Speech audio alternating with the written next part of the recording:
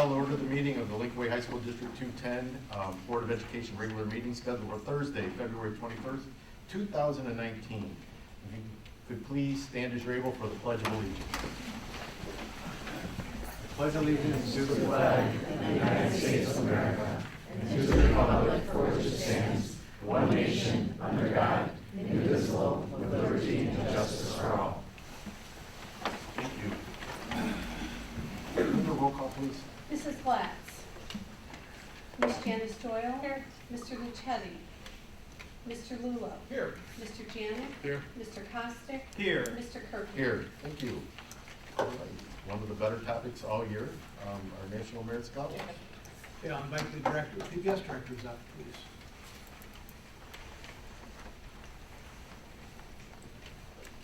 President Kirkland, Board of Education, Dr. Tingley, and members of the administrative team, thank you for the opportunity to recognize our district outstanding students. Tonight we honor these individuals for their exceptional scholastic achievements. The National Merit Scholarship Program is an academic competition and recognition for scholarships that began in 1955. Of the 1.6 million entrants, approximately 50,000 test takers with the highest PSAT, MMSQT, selection index scores qualify for the National Merit Scholarship Program. More than 2/3 of those 50,000 high scorers of the PSAT then receive letters of commendation for their outstanding academic process. 1/3 of those 50,000 high scorers are then notified that they have qualified as semifinalists. This is quite an accomplishment. To the parents, we thank you for giving your children the support needed to develop the confidence to excel academically and prove that they could compete at this national level.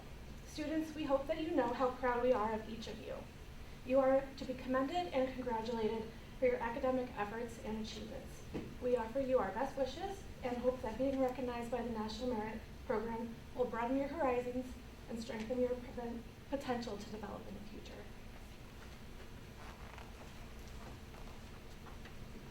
We ask each student to just stand when we call your name. Thomas Arndt is a National Merit Commended student. He has applied to North Central, Alabama, and Lewis University. Thomas plans to double major in science and pursue a degree in medicine. Kyle Oxtetter is a National Merit Commended student. He plans to study psychology at Duke, Washington University, or Miami of Ohio. Thomas Cook is a National Merit Commended student. He has applied to UCLA, Princeton, and Tulane. He plans to study physics. Tyler Danielovich is a National Merit Commended student. He has applied to Princeton, Stanford, and Northwestern. He plans to study psychology. Alexandra DeBello is a National Merit Commended student. She plans to study music education at Lawrence University, Butler University, or Belmont University. Amanda Finn is a National Merit Commended student. She has applied at the University of Illinois, the University of Alabama, and Iowa State University. She plans to major in pre-veterinary medicine. Gianna Grikis is a National Merit Commended student. She plans to study nursing at Loyola, DePaul, or University of Illinois, Chicago. Jonah Haskins is a National Merit Commended student. He has applied to the University of Chicago, Purdue, and Northwestern. He plans to study physics. Jacob Heimlich is a National Merit Commended student. He has applied at MIT and Purdue to study computer science engineering. Kaya Jurgens is a National Merit Commended student. She may study law, international relations, or communications at Notre Dame, University of Michigan, or the University of Chicago.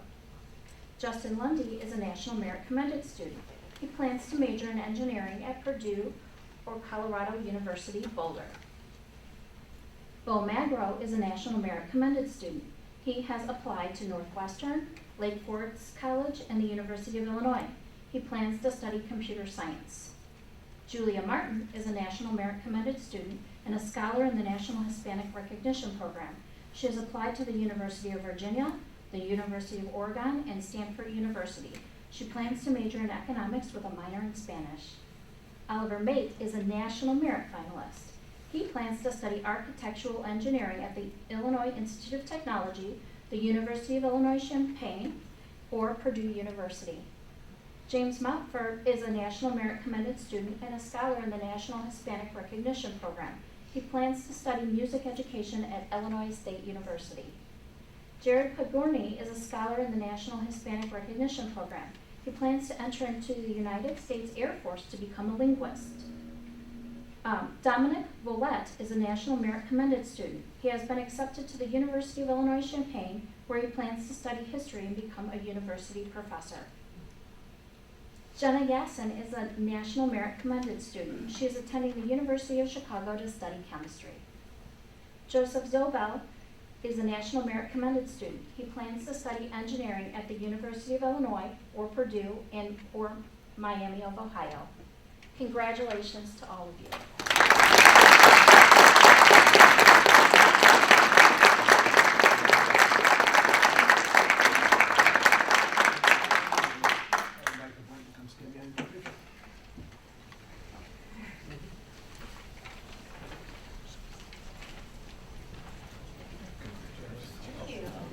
Parents, if you want to come on up and take a quick picture, more than welcome. You know what I mean? Just gather right over here. So we have a couple of students stand up, or are we okay right I now? don't have him sitting. That looks a little more proportionate. Yes, you can move to the left. Look up there. Look, leave it right there, yeah, that's good. Good, all right. And one left here.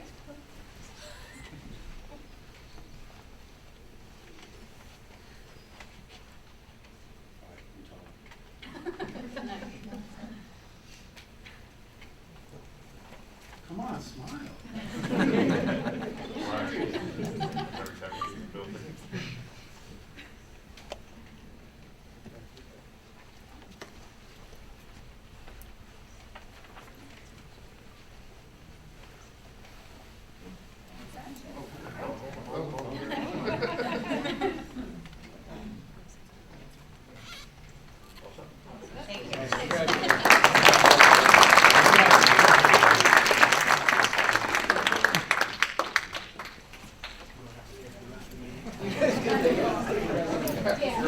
Your reward is to thank the rest of the board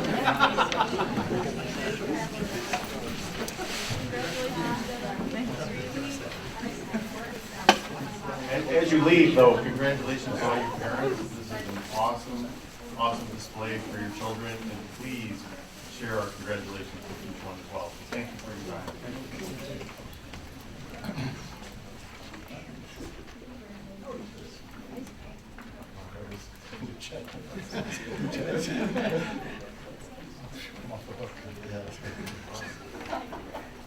All right, moving on to our next agenda item, student council presidents. I understand we have a pinch hitter tonight, so we'll start with Logan. Hi, my name's Logan. I'm here for Lincoln West Central.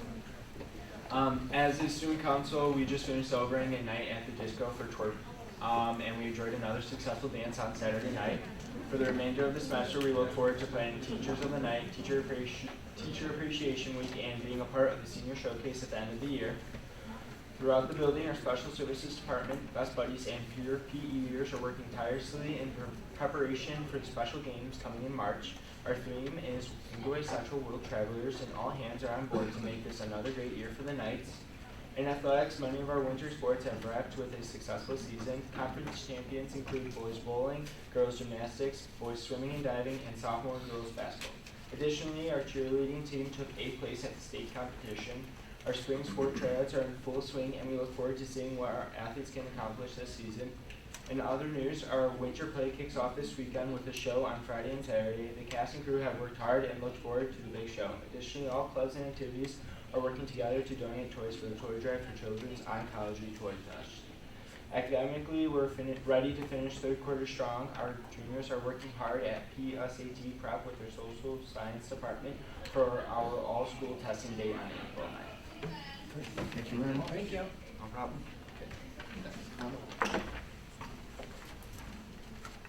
Good evening. On February 9th, Student Council hosted another very successful turnabout dance. This year there was around 1,000 students in attendance, and our theme was Candyland, and the gym was completely candy decked out. On February 6th, the Lincoln White East Science Department hosted the annual Griffins Go STEM Night. There's over 120 students, kindergarten through 4th grade, in attendance. The students got to participate in many experiments and see many demonstrations. The event was very beneficial for all the students, and they enjoyed spending time with the high school volunteers. On March 7th, the Lincoln Way East Adaptive PE program will be heading to Lincoln Way Central for the 2019 Special Games, and this year our theme is Coco, the movie. In the athletic department, our cheer team won state this year, and that was a big celebration. Along with this week, we hosted Bolingbrook on Tuesday for our senior night basketball game, and the Griffins came out on top, winning 75-67. The team will advance to a regional on Tuesday, and next week we'll be beginning all of our spring sport trials. Thank you, Jen. Thank you. Rob, do you want to come up and give me the West one? I'm good. Okay. And Monica's at senior night over at West this evening. West and Central are playing basketball, so Steve and Monica thought they should supervise. So give them the night off. One more shot, you know? I'm gonna take it as a hard pass. All right. Very good. All right, next, public comments. I have no one signed up right now to public comments, so if there is no one, I will move on to awards and presentations. Hello. Yeah, I didn't see the sign-up sheet. Up on me. You, sure. This is the time. Okay, sure. Just the only thing I would remind you is that we do have a 5-minute. Absolutely, just take a moment. No, please, go ahead. My name is James Ackley. I am the president of a company, a local company here in the district called JJ Advantage Security. My company was involved in the RFP process for one of the bulletins tonight for the security upgrade project for the district. And I feel we've done a fantastic job presenting all the options available to the Board of Education, to the staff members and administration here. And we did have some last minute agendas that were thrown in as far as donations, other aspects of things. But looking at this board tonight, seeing these students being awarded, it's very important to me, being a local part of the community, that local business is taken into consideration in these meetings. As a taxpayer in the district and as a father, seeing our security guards here, security is my company's main primary focus for this district, and I would ask the Board of Education and all the administration staff to take into consideration local business and just take a little harder look at things. So that's all. Thank you. Thank you very much. Thank you for taking the time.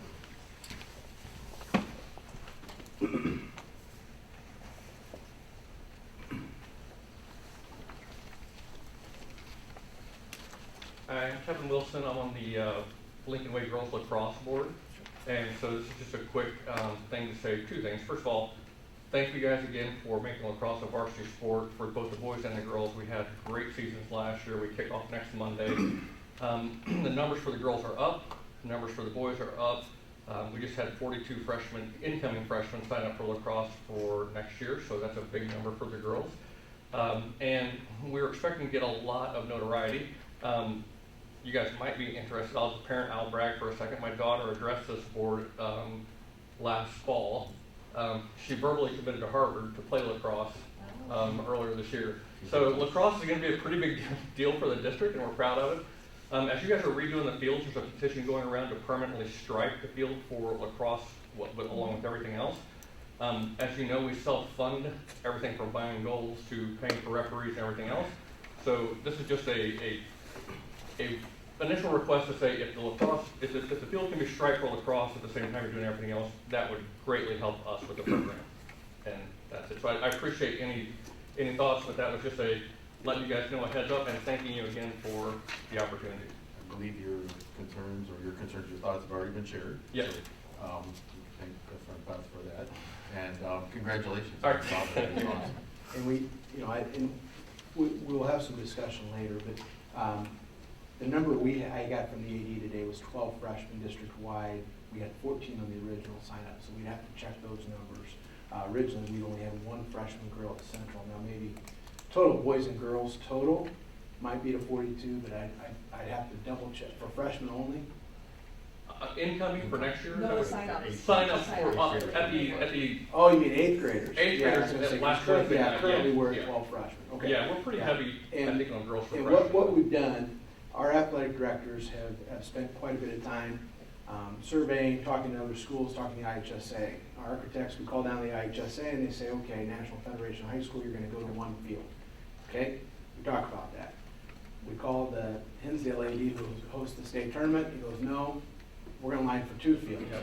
We call the IHSA back. Well, now we may go ahead and stick with the 2 fields. We're seeing what the National Federation comes out. So there are 3 options out there right now. And, you know, our ADs called all the conference schools, the ADs at Hinsdale and New Trier, the other ones that are involved Yeah. in lacrosse, as there are, you know, 60 or fewer schools right now. And, you know, all the recommendation was it's easier to put in lines than take them out. Your best bet today would be to tick mark 2 and see where this goes. Now, I can tell you, if we do tick mark the 2, we will every spring go out and paint those lines in, and they'll stay throughout the season. It'll be much easier than what we've had to do in the past, which is drawing Correct. around. Yep. Lockport has the tick marks, and I saw their field both last spring once it was painted, and then again this fall for football. It's the recommendation of our ADs, the architects, and those involved. Let's do the 2 and see what transpires. You know, maybe by the time we do West, they've picked one field, but if they say, this is it, this is what we're doing, it's much easier to put the lines in than to remove lines. Yeah. And again, I can't speak enough. The ADs have been great to work with. I think Yeah, the they're on schools board in general with this. have been so good at helping lacrosse programs. Yeah. I have nothing but great things to say. So this was just Yeah. if it can happen, that would be great. Yeah, I we know you're completely working on it. understand. Yep. All right. Completely. Thank you, guys. We Thank you. appreciate your time. Yep. Thank you very much. Our next agenda item is a curriculum and instruction update. As Brian's coming out, he's going to discuss some options. This is something that, you know, we've been working on for quite some time in terms of movement and technology. As we understand, technology is directly tied to those finances. And so Brian's going to discuss some options, and then this is more information we'll be bringing back to the board. But it's, I think, a good discussion to begin this evening. Dr. Burke. Thanks. Good evening.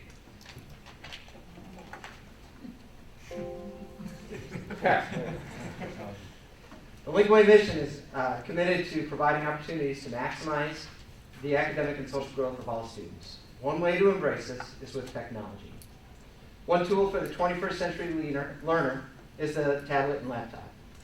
The personalized, mobile, and individual use of the tablet laptop is a way to empower students to maximize their full potential and to prepare them for high school, college, and the workplace. The tablet laptop is the next generation device that allows learning to be more engaging and accessible. We know learning happens from a continuous interaction among students, educators, parents, and the community. Technology immersion does not diminish the vital role of the teacher. In fact, effective instruction with the tablet or laptop will provide for teaching and learning to occur anytime and anywhere. Lincoln Way has always embraced instructional technology in the classroom with a purpose to enhance the student learning environment. Students need 21st century skills, the ability to read for understanding, analyze, synthesize, and create using current and emerging technologies. Thus, embracing technology as a tool that connects students, curriculum, and learning will provide students with the skills necessary to be college and career ready. One question that is often asked is Lincoln Way ready, and what have we done in order to prepare for a one-to-one environment?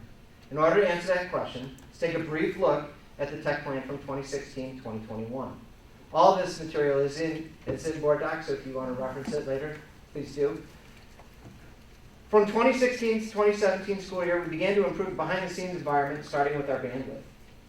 Doubling our bandwidth allowed us to start the migration from an on-site storage solution to a cloud-based solution with Office 365. This process began with our staff in the spring of 2017. Exactly 2 years ago was when we started. During the 17-18 school year, more behind-the-scenes upgrades were completed with an upgrade to our core switch and firewall. We also increased our wireless coverage to areas outside the classroom, including cafeterias, field houses, libraries, and gymnasiums. During this year, we provided all teachers with a new laptop and for the first time allowed them to use their device both at school and at home. We started the 17-18 school year with a group of 10 teachers piloting a one-to-one environment in their classroom. And by the start of the second semester, this number was up to 22 teachers with carts of 32 laptops, affecting approximately 1,500 students. In order to best utilize the technology environment, all students were provided a Lincoln Way email and access to Office 365. Training for both staff and students was focused around the use of the Office 365 suite. For the 18-19 school year, our one-to-one carts increased to 51, impacting nearly 3,000 students on a regular basis. In fact, we had over 100 teachers requesting to go one-to-one at the start of the school year. Our total count of student user laptops is approximately 1,700. Our wireless access has been expanded to include our outdoor facilities, and professional development continues being led by our own teachers who are using technology in the classroom. With the large number of laptops in our district, we continue to monitor our bandwidth, and our daily use is somewhere between 60 and 75%. Over the past 4 years, Lincoln Way has been preparing and planning for the possibility of moving to a one-to-one environment. As technology changes, we continue to make the necessary plans for upgrading our equipment to minimize the impact on our end users, the students and staff. In your backup material, I've included a brief FAQ on technology. We briefly addressed the question of why and the question of preparedness. Now let's take a quick look into the cost. If we are to go into a one-to-one environment, the technology fee will need to be assessed to each student. This fee would be a total cost of $100 each year for the 4 years enrolled at Lincoln Way. The fee would cover the cost of the laptop and tablet and support the infrastructure upgrades necessary to support the increased number of devices on the network. Total 4-year cost for families would be $400. The student would then be able to take the laptop, tablet home with them after graduation. Another document in your backup material is a draft of a student-parent technology agreement that would be revisited and revised over the next year should we begin the implementation of one-to-one. So as we look at the tech plan moving forward, in your backup material there are 2 documents. One's a spreadsheet, and the other is a Word document, both discussing the future of technology at Lincoln Way. So let's begin with the Excel spreadsheet. It's very small up on the screen, so I apologize for that, but what you see here is a document that highlights 3 options. The first option is maintaining the current environment. Second option is maintaining the current environment with adjustments due to budgetary constraints. And the third option is implementing a one-to-one program beginning with the class of 2024 or the start of the 2020-2021 school year. So to maintain the current environment as is and the one-to-one summary are more of an apples-to-apples comparison, where various pieces of technology are replaced and upgraded on the same schedule in the same year. The adjusted version of the maintain current environment is based more about budgetary constraints. And as you continue to look through the document, you see that there are consistent things that are being updated regardless of the options, such as the wireless access points and the backbone switches. Most of the differences come when determining what computers will need to be replaced, whether it's computer labs or office computers. All computer labs will need to be replaced if we choose to maintain the current environment, while only the special computer labs, such as art, business, CTE, and music will need to be replaced if we choose to go one-to-one. If you turn to the last page, there's a summary of cost comparison. In all the scenarios, we continue to work to obtain the best pricing in order to attempt to keep within the budget, or we may need to adjust the technology budget. As an example, on the previous screen, you saw wireless access points for the 2019-2020 school year budgeted at $350,000. Later tonight, you'll see the budget amount for the project along with a projected actual cost of the project to Lincoln Way through the assistance of the federal E-RED program. A cost savings should everything be approved. The Word document is the draft of the updated technology plan for the 2019 to 2026. This plan addresses only option 2 and 3 from the previous document and provides just a more detailed explanation. The ultimate decision will be whether we want to begin the implementation of a one-to-one beginning with the class of 2024 in order to provide our students with the tools to help them prepare for college and careers after Lincoln Way. This past September, we surveyed our DCs, and based upon those results, 80% of our department chairs believe we are ready for a one-to-one implementation. Our March 8th Institute will focus on instructional technology in the classroom with sessions led by our very own Lincoln Way teachers. At the conclusion of the morning, we'll survey our teachers in order to gather formal data on a one-to-one implementation. Nearly every day, I get asked, when are we going one-to-one? Or, once we go one-to-one, this is going to be so much smoother, I can't wait. In April, we'll continue to survey our freshmen and our sophomores to get another formal feedback from them.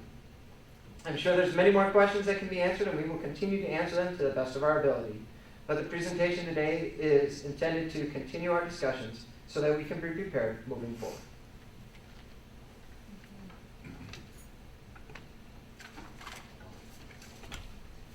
Any thoughts? The way I see the timing of this. We get through March, we get through April. I think this is a June, July discussion when things are a little bit, I guess not as much on the template, but also it gives us time to get some surveys from all of our teachers. Continues to do some due diligence with the budgeting. As you'll see, there are deficits in each of those years, so we have to hammer out what will be those options in those years so that we maintain our current budget constraints of that 3% surplus every year. So, I think in the timing of this, Brian and his team have put a lot of work into this. We've made great strides over the last 4 or 5 years, and this would be a potential next step, but I think it's something we will look for direction from the board as we move into the spring and summer. Anything else to add? Yeah, I have just a quick question. As far as the proposed or possible technology fee for each family, $100 a year, I said. Correct, 100 a year. How do we know, based on the device, what percentage of the cost per student will cover that? I mean, have you looked into how much other schools are Absolutely. paying? I mean, I know what my district pays for, but we have iPads, so it's Apple's a different beast, obviously. So to answer the question, absolutely. We have. Okay. We've compared with other school districts, and we're in the ballpark, as other school districts are charging anywhere from $75 to $125. Depends on the device, right? A lot of it depends on the device that you'd be getting. The device that we would be looking at is the device that you have in front of you. And we get it at a cost of about $300. Okay. So that price may fluctuate. As we know, technology changes, prices change. But the other costs come into the support for those devices, right?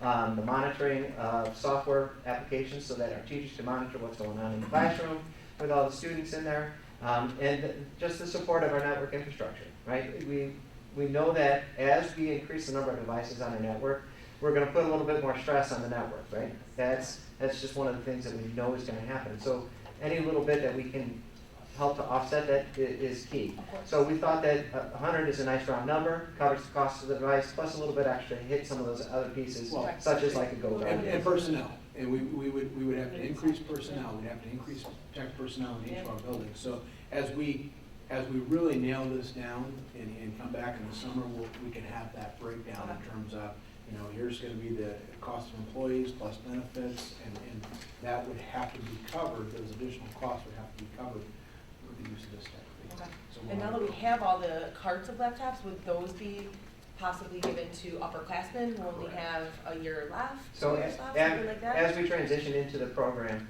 what those carts would do would be take them out of the hands of teachers that are teaching freshmen, and they would get moved up into sophomore, juniors, and seniors, and they would continue to move all the way up through the senior class until all 4 classes have laptops. Because I definitely think moving forward that piloting with a freshman group for a year is absolutely beneficial to work out the bugs.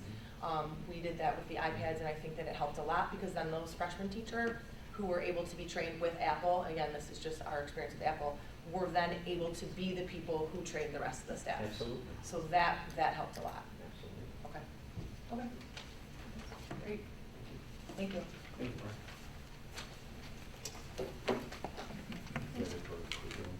That's it for curriculum. Next presentation, updated 5-year financial report. All right, as soon as the wizard behind the curtain there. All right. Big enough. Ladies and gentlemen. Hey, I'll try to be serious. So we're here tonight to, yep, there it works, great. We're here tonight to discuss the updates to the 5-year financial forecast, discuss the 2020 budget parameters and reductions, and then discuss funding for the fiscal year 2020 capital improvement plan. Now, you might think right off the bat, wait, why do we need reductions? I thought we had our 5-cast balance. Well, we did, but as I've told you, the 5-cast is a living document. It's not a static document. And as things change, we need to change and adjust with it. So the first change that happened is during the adoption of the fiscal year 18-19 budget, the board elected to go ahead and move $600,000 from what we were saving in the capital projects, go ahead and move from O&M to capital and spend those down. So that then left a hole in fiscal year 2020 that needed to be filled. That was $600,000. Then we had lower than expected CPI. And then finally, we're seeing a little pressure on our wages due to the tightening labor market. So let's go ahead and talk about those.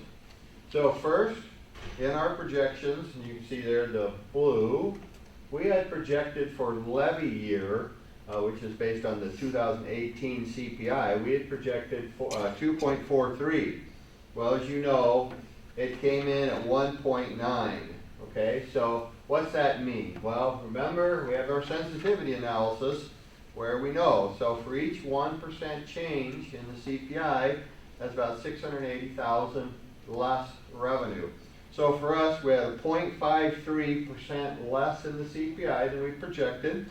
That came out to about $360,000 for the 2019 tax levy and less revenue, which is split over fiscal year, half and half over fiscal year 2020 and then fiscal year 2021. And it does roll forward because it is based on the base. So combine that with the $600,000 from the capital and then pressure on wages brings us to, from our all things, we need to reduce $1.3 million in fiscal year 2020 to be balanced and make our 3% surplus. So here tonight, I want to talk through what administratively we're recommending. First off, we have excess funds sitting in our health insurance. So what we'd recommend is a one-time premium holiday to be split between employee and employer, just on the same basis we do now. That would have about a $600,000 savings to the district on our line item. Now, when you look at that detail sheet you put in your package, you'll notice some are recurring, some are not. Because this has an impact on the whole FiveCast, the revenue does, we'll need to have this as a recommendation for 2 years. So this would be recurred twice.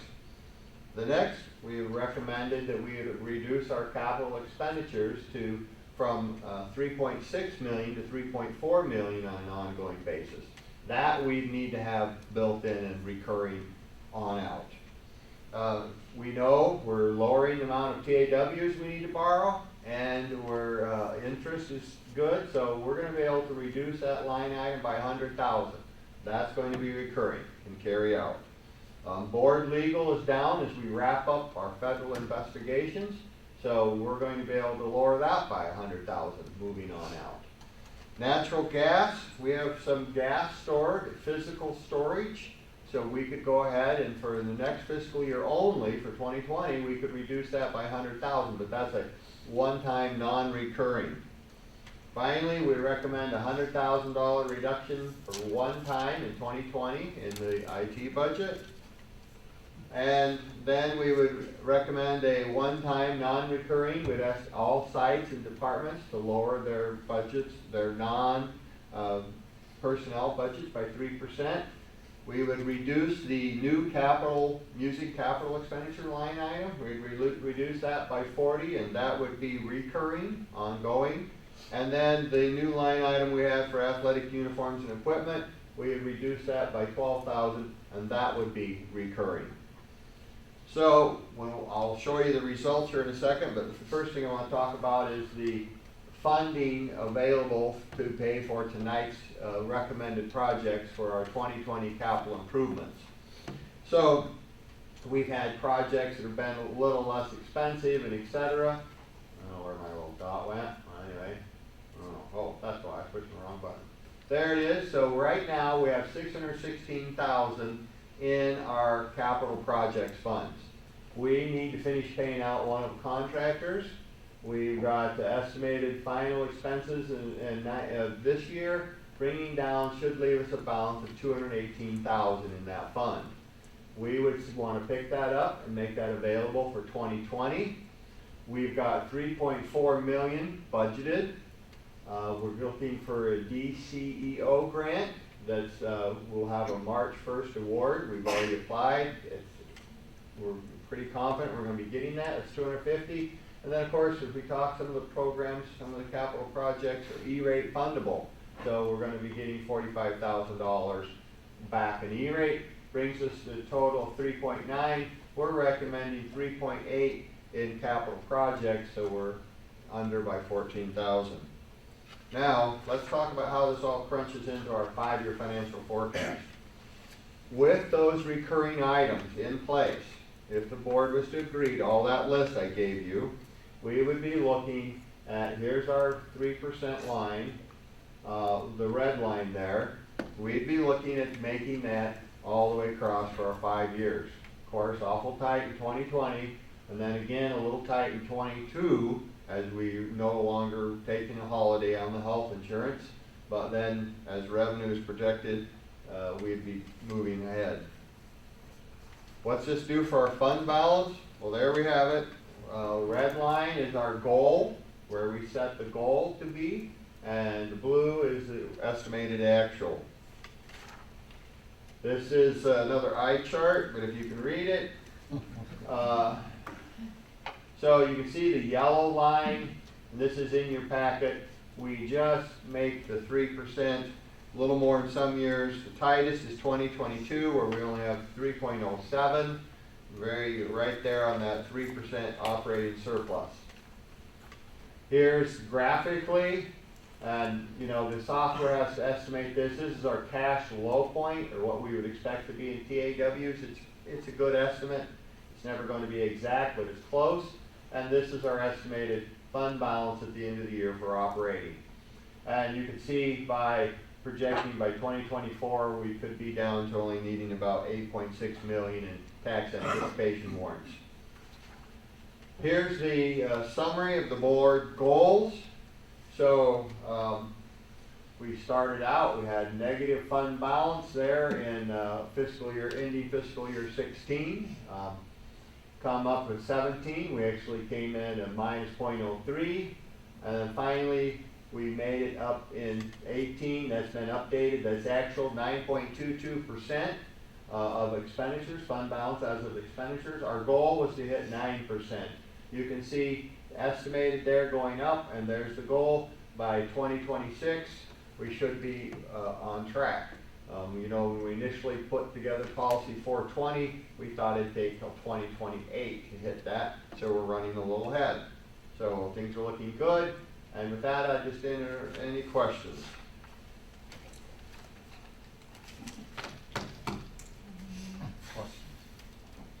Greg, you showed us what was negative in the 5cast with the CPI. Is there anything positive that came back? Do we have more development? Do we have anything? Well, we don't have any more estimates on developments yet. We still have in the 5cast 50 million for new growth. One thing that is positive, I guess I needed to highlight it, but we're anticipating about 400,000 more in evidence-based funding based on what the state released in the preliminaries. So that's one bright thing, and the other thing, the state made their second categorical payment, so that's looking good. We only need 3 payments to hit the budget this year, so I'm confident we'll get the 3rd payment, maybe even get a 4th, who knows. So was the differential in evidence-based, is that in the budget, or is that going to be? No, it's not in the budget. So that is That's an add-on, yep.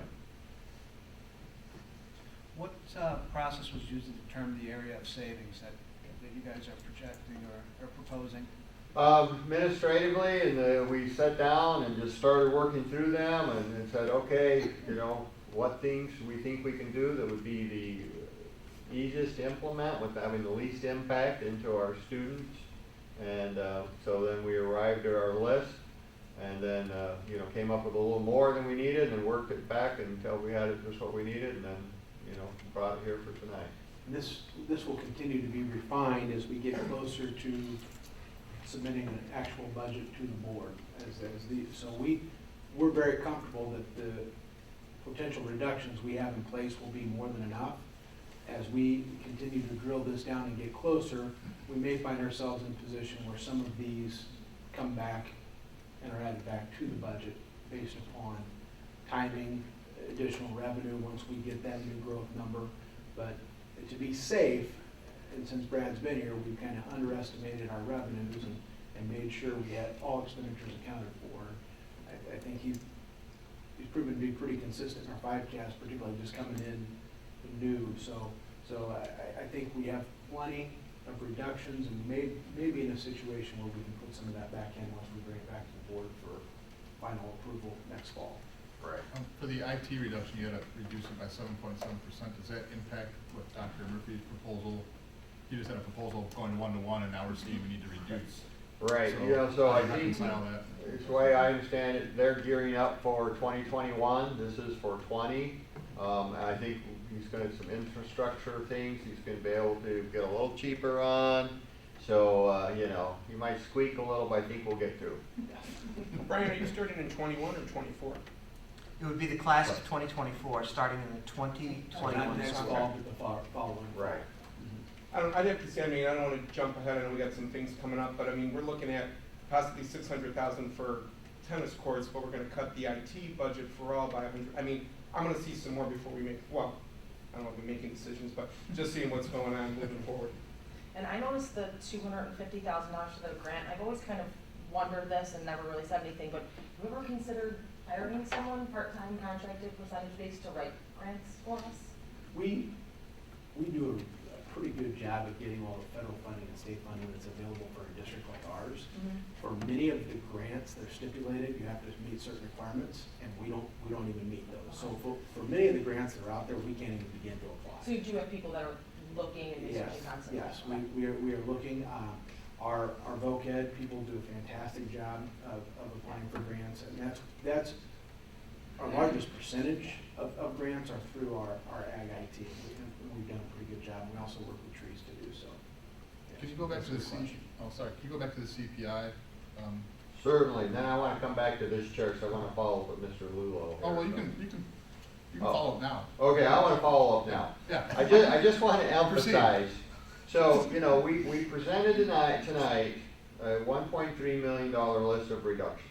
Though, as Dr. Tingley said, those can be refined and finalized as we go into the fall and we adopt the budget. So if there's something on that list that you're like, I don't like that, we gotta do something about that. Okay, fine, administration will go back, we'll look for it. The important thing that's gotta be on there that we need to talk about tonight is, are you comfortable with our $3.4 million for capital? Because we're here tonight to talk about approving bids so that we can get the process rolling, get the paperwork submitted, get everything done, and get the project rolling. And time, as we know, this is why we talk about it in October, because we come into here, we're already under crunch time. So, we'll need to, so the decision tonight isn't about $1.3 million worth of reductions. The decision tonight is, do you feel comfortable with $3.4 million?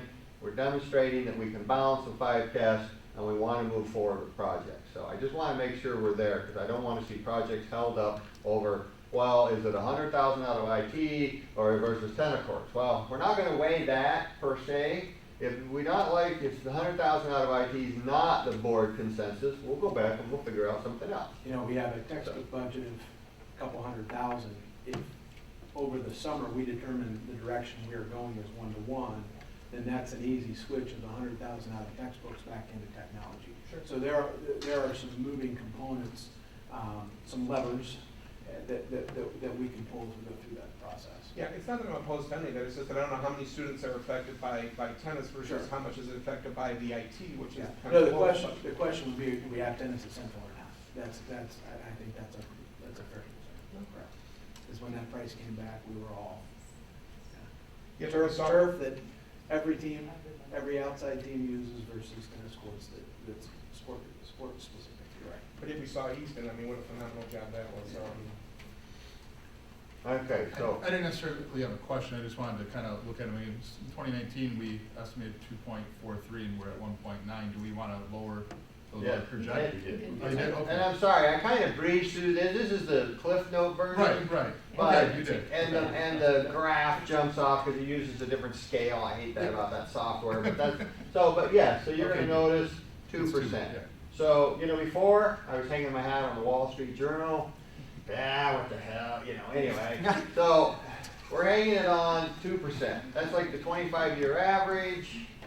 That's a good. Gotta use something, right? Gotta use something. Thanks, Brad. You're gonna be wrong. All right. Yeah, there's one thing for sure, it's gonna be wrong, right? So I just want to be clear, the proposals that you showed us tonight, that when you say administration Can you define what administration means? Who's looked at those reductions? Well, it'd be cabinet. Cabinet, so that's Principals. principals and district administration. So like when this starts to roll out, it becomes public knowledge and people see certain, like, one you just happen to have up there, like whether you're looking to reduce music or athletics, that they have not heard or seen that before. No, but, you know, These are both, so both items have been placed in the budget that are relatively new. The both of athletic- those are two new lines. I Two new line I items. remember we kind of, Discussed, especially the music yes. one, we kind of said, okay, hey, rather than it be a surprise every year, this type of thing, let's Do put a it place with marker plan. in, right? And what was originally budgeted for music capital expenditures and athletic uniform expenditures? Oh, okay, for music, we had initially budgeted, I believe, 120, yeah, 120, and we had initially budgeted, 120 and 120, yeah, For both. for both. Does this, I'm gonna flip flop here. So right now we're talking about expense reduction. Has there been any discussion about revenue enhancement? Well, revenue enhancement opportunities, as you know, are limited. We Limited walk based on. on my blinders, Okay, no. thank you. You know, I mean, there are fees, you know, that can be charged, you know, but there, you know, so. So the answer is no. Right now, we're primarily focused on expense reduction. Exactly. We are gonna propose a couple of increases in certain expenditures that we'll have for discussion in March. For instance, parking stickers, we always sell out.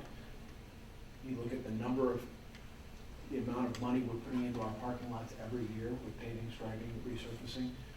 So that is going to be one line item that we will bring to the board to increase. That's not gonna offset this, but that would be one. I guess the topic I'll throw out there just to keep getting in your mind is the idea of a strategic alliance, partnerships, sponsorships associated with things we've talked about. We've got some pretty large. Well, today, yeah. We had that discussion earlier today, so, but we've had some pretty large payable items that if we can find a sponsorship that eliminates the payable or significantly reduces it, or the other way, we've got a great deal of academic success, athletic success, art success that people would want to brand along with our organization. That starts to dig into a $1.3 million hole. It's not gonna fill it, I get it, but it just seems like that we do this every time we start talking about it. It's like time to maybe flip one of the blinders back. The other thing is this takes into, I'm assuming, it doesn't take into consideration the sale of any capital asset? No, we don't, in the budget, you know, any sale of capital assets are not reflected in the budget, or the bypass. Stole my thunder, thanks. That's why I saw you write it down, that's why I'm sitting here. Yeah. But if that were to occur, then we could have some flexibility as to how deep, how long, and what we would do with the cuts or the cuts, the proposed reductions, and or the, how we would spread that money around, correct? Absolutely. Recast. We recast the budget. Can you go over the insurance premium portion of this reduction? Because that's a pretty big chunk. Right. That's almost half. So we spend about $825,000 each month on health insurance. So it's 25-75 split, employee, employer. And so what we're looking at, instead of lowering our rates, because the concern we have with lowering the rates over a whole time would be then, you know, then down the road, it may come to a point where we might have to jump them up. And so then we don't want to go through like a little shock, if you will. So it's been used in other districts before. This is not a new idea. So what you do is, so our fund balance and our self-funded insurance is adequate for our IBNR, incurred but not reported, and our catastrophic runout. So we're above those levels. So we would take a one-time holiday for 1 month. We determine it, you know, when we're going to do that. We go ahead and do it. The employees wouldn't have a deduction, and the employer wouldn't have a contribution.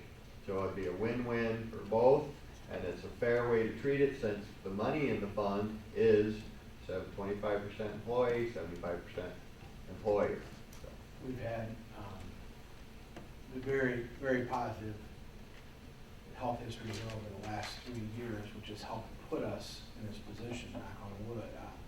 We have very little catastrophic health issues that has allowed that fund to grow. The movement to Blue Cross Blue Shield 3.5 years ago has also helped that considerably.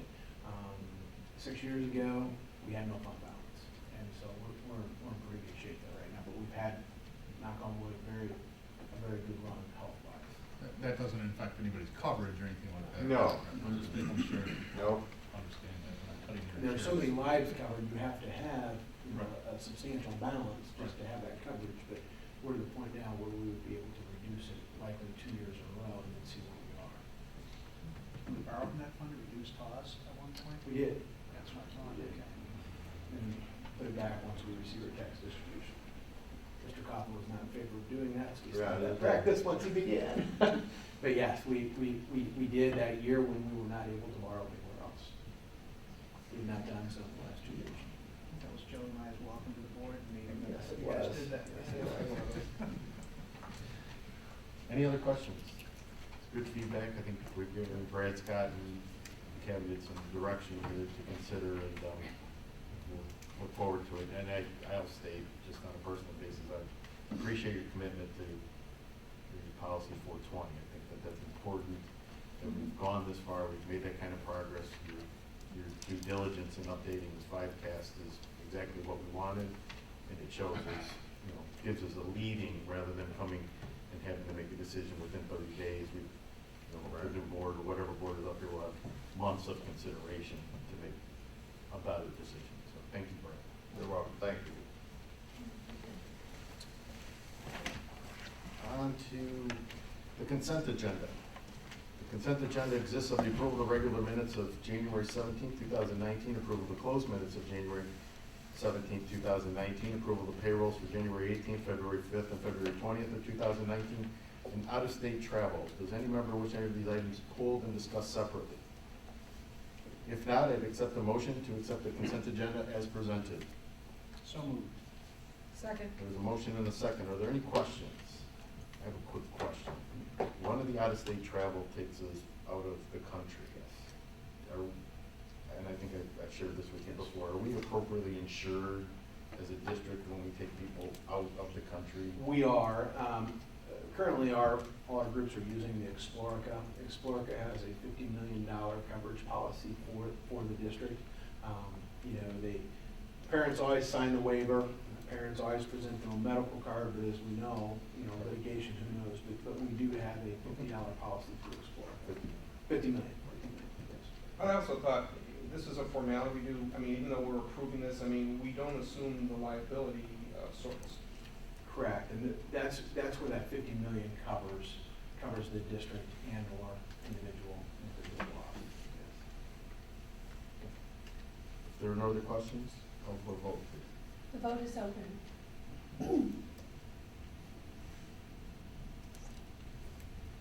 The vote is unanimous, the motion passes. Okay, thank you.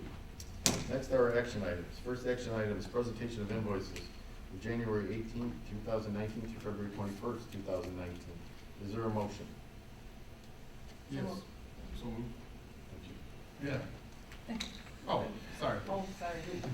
Well, Beth started taking over Chris's role, so I was gonna let her do it, even though it's my job. I move to approve the invoices for January 18th, 2019 through February 21st, 2019, in the amount of $2,115,681.35. There is a motion. Is there a second? Second. Motion and a second. Any discussion regarding the invoices? If there is none, vote please. The vote is open.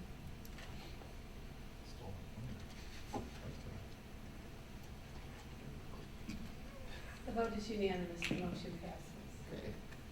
Next is treasurer's report. I'd entertain a motion to accept the treasurer's report as presented in your package. Is there a motion? So moved. There's a motion and a second. Where's Brad? Any discussion for, I looked over there. We're just keeping it mixed up here. For January 2019, we had revenue of 2.6 million. Expenditures right at 19 million. total cash balance, ending cash balance, 4.7 million. We still have a positive fund balance on a running year to date of 2.4 million. What does that mean? That means we borrowed less than we're worth, if you will. As far as the monthly cash flow goes, we did have a variance of $874,000. It's mainly due to the fact the state made their second categorical payment. I didn't think that was going to come for a couple more months. Then on the expenditure side, we were also under on the expenditures, so we had a positive on just the monthly cash flow of 1.2 million. When you look at the overall net position of the district, I did kind of update this chart a little bit, because I think it's important. I think when it was netted across all funds, I think one thing was missing that we weren't tracking, and that is how are we doing on the operating funds versus all funds? Because you know we are spending down that capital reserve, but at the same time we're building our operating funds. So you can see year to date, we're 5.5 million better in the operating funds than last year at the end of January, and we're down in non-operating 3.3 because we're spending that, but overall 2.1 million. As far as revenue, we're trending 1.6% ahead. Things are looking very strong. You will notice one thing, we did do a reclassification of auditorium revenue from Fund 20 to Fund 10. That's mainly the rent of the equipment. And so we have that accounted for in Fund 10 now, so we had to reclass that. And then, as I mentioned, they did go ahead and make that categorical payment, so we only got one more to get, and we will hit our budget for this year. Expenditures, salaries and benefits are trending right in the right range. Of course, benefits are a little bit up, but that's IMRF rates down now because we made that paid off the ERI, and that should come back into line. So with overall, everything's looking good. We're trending in the right direction. Any other questions or comments from Greg? If not, we have a motion and a second. Call for a vote, please. The vote is open.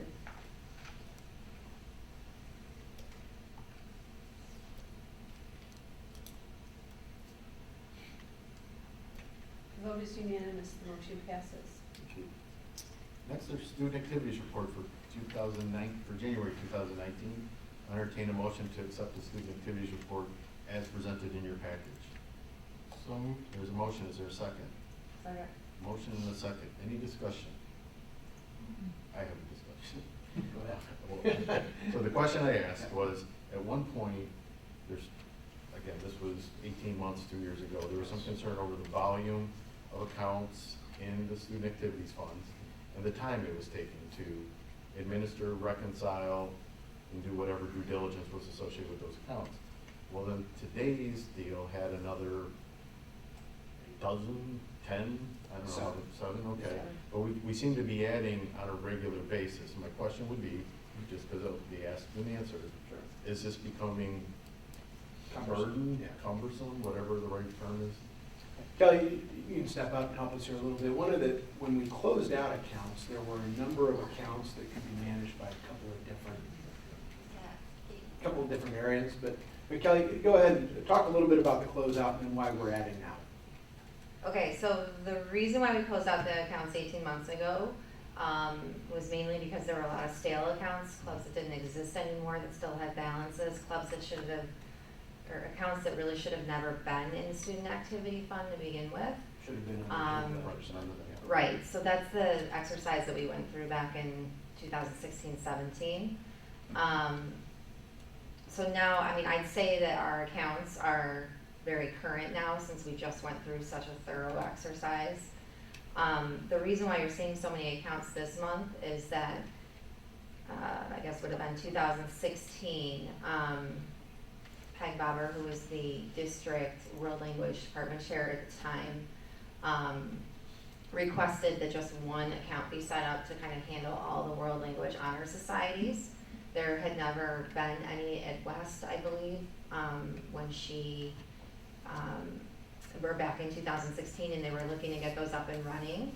So she kind of took it upon herself to manage all of those, even though there were activity sponsors for each of them. But now that she's retired, And now that we have our activity sponsors, I believe are now all paid stipends for the honor societies, we thought that it would make sense to divide that out among all the schools so that each of the sponsors are able to manage their own account balance.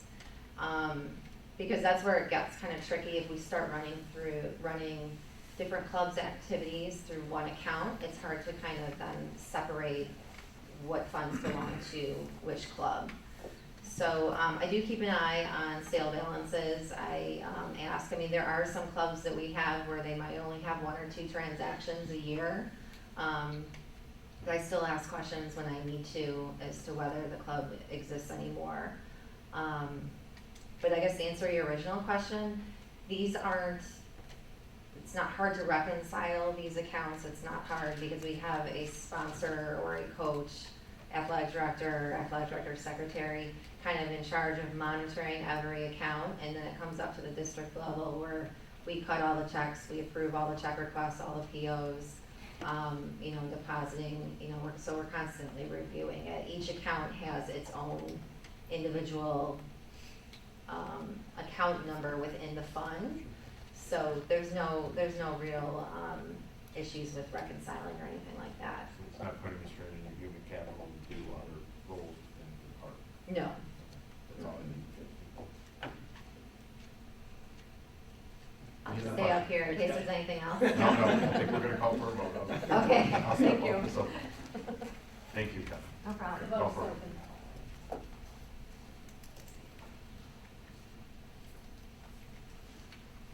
The vote is unanimous, the motion passes. Next, personnel report. All right, under employment, we have Robert Damon, mechanic, transportation, Sharon Howard, food service, central, and Natalie Johnson, bus driver, transportation, and Jean Kilmartin, paraprofessional, Lincoln East. Ask the board to approve the employment report as presented. Is there a motion to accept the employment report as presented? So moved. There's a motion and a second. Any discussion? Hearing none, call for a vote, please. The vote is open.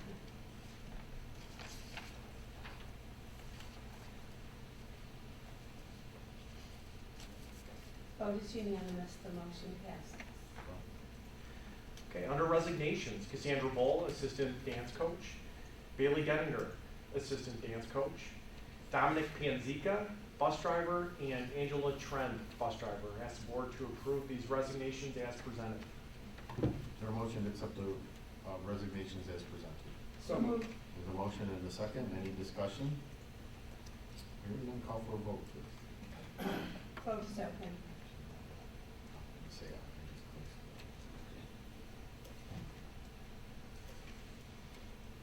aye. Aye.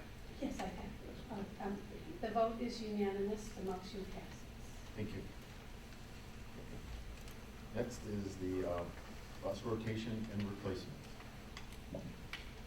Yes, in your packet is the information coming up for rotation this year is 40 buses, 72 passenger. We did go out to bid. We received 3 bids, Midwest Transit Equipment, Midwest Bus Sales, and Central States Bus Sales. Those recap are listed. Midwest Transit Equipment was the cheapest with either a purchase price or a lease. Based on our rotation of rotating the buses out every 5 years, this keeps the buses under warranty. We do have a mechanic from Midwest Transit, comes up each week and does warranty work, saves the district funds. So with that, we're prepared to continue that process and would recommend leasing these 40 buses through Santander Leasing Company. Are there any questions regarding the bus rotation or replacement recommendation? Is there a motion to accept the recommendation as presented in your package? So moved. There's a motion. Is there a second? Second. Motion is second. Any additional discussion? Is the lease rate provided through the company that's providing the buses, or did you do that separately? No, that's provided from Santander. But so we go directly to Santander? It's part of the bid process. Each vendor has to present what their lease would So be. they present a Yeah. financing option. Okay. Yes. Very good. Any other questions? If not, call for a vote, please. Vote is open.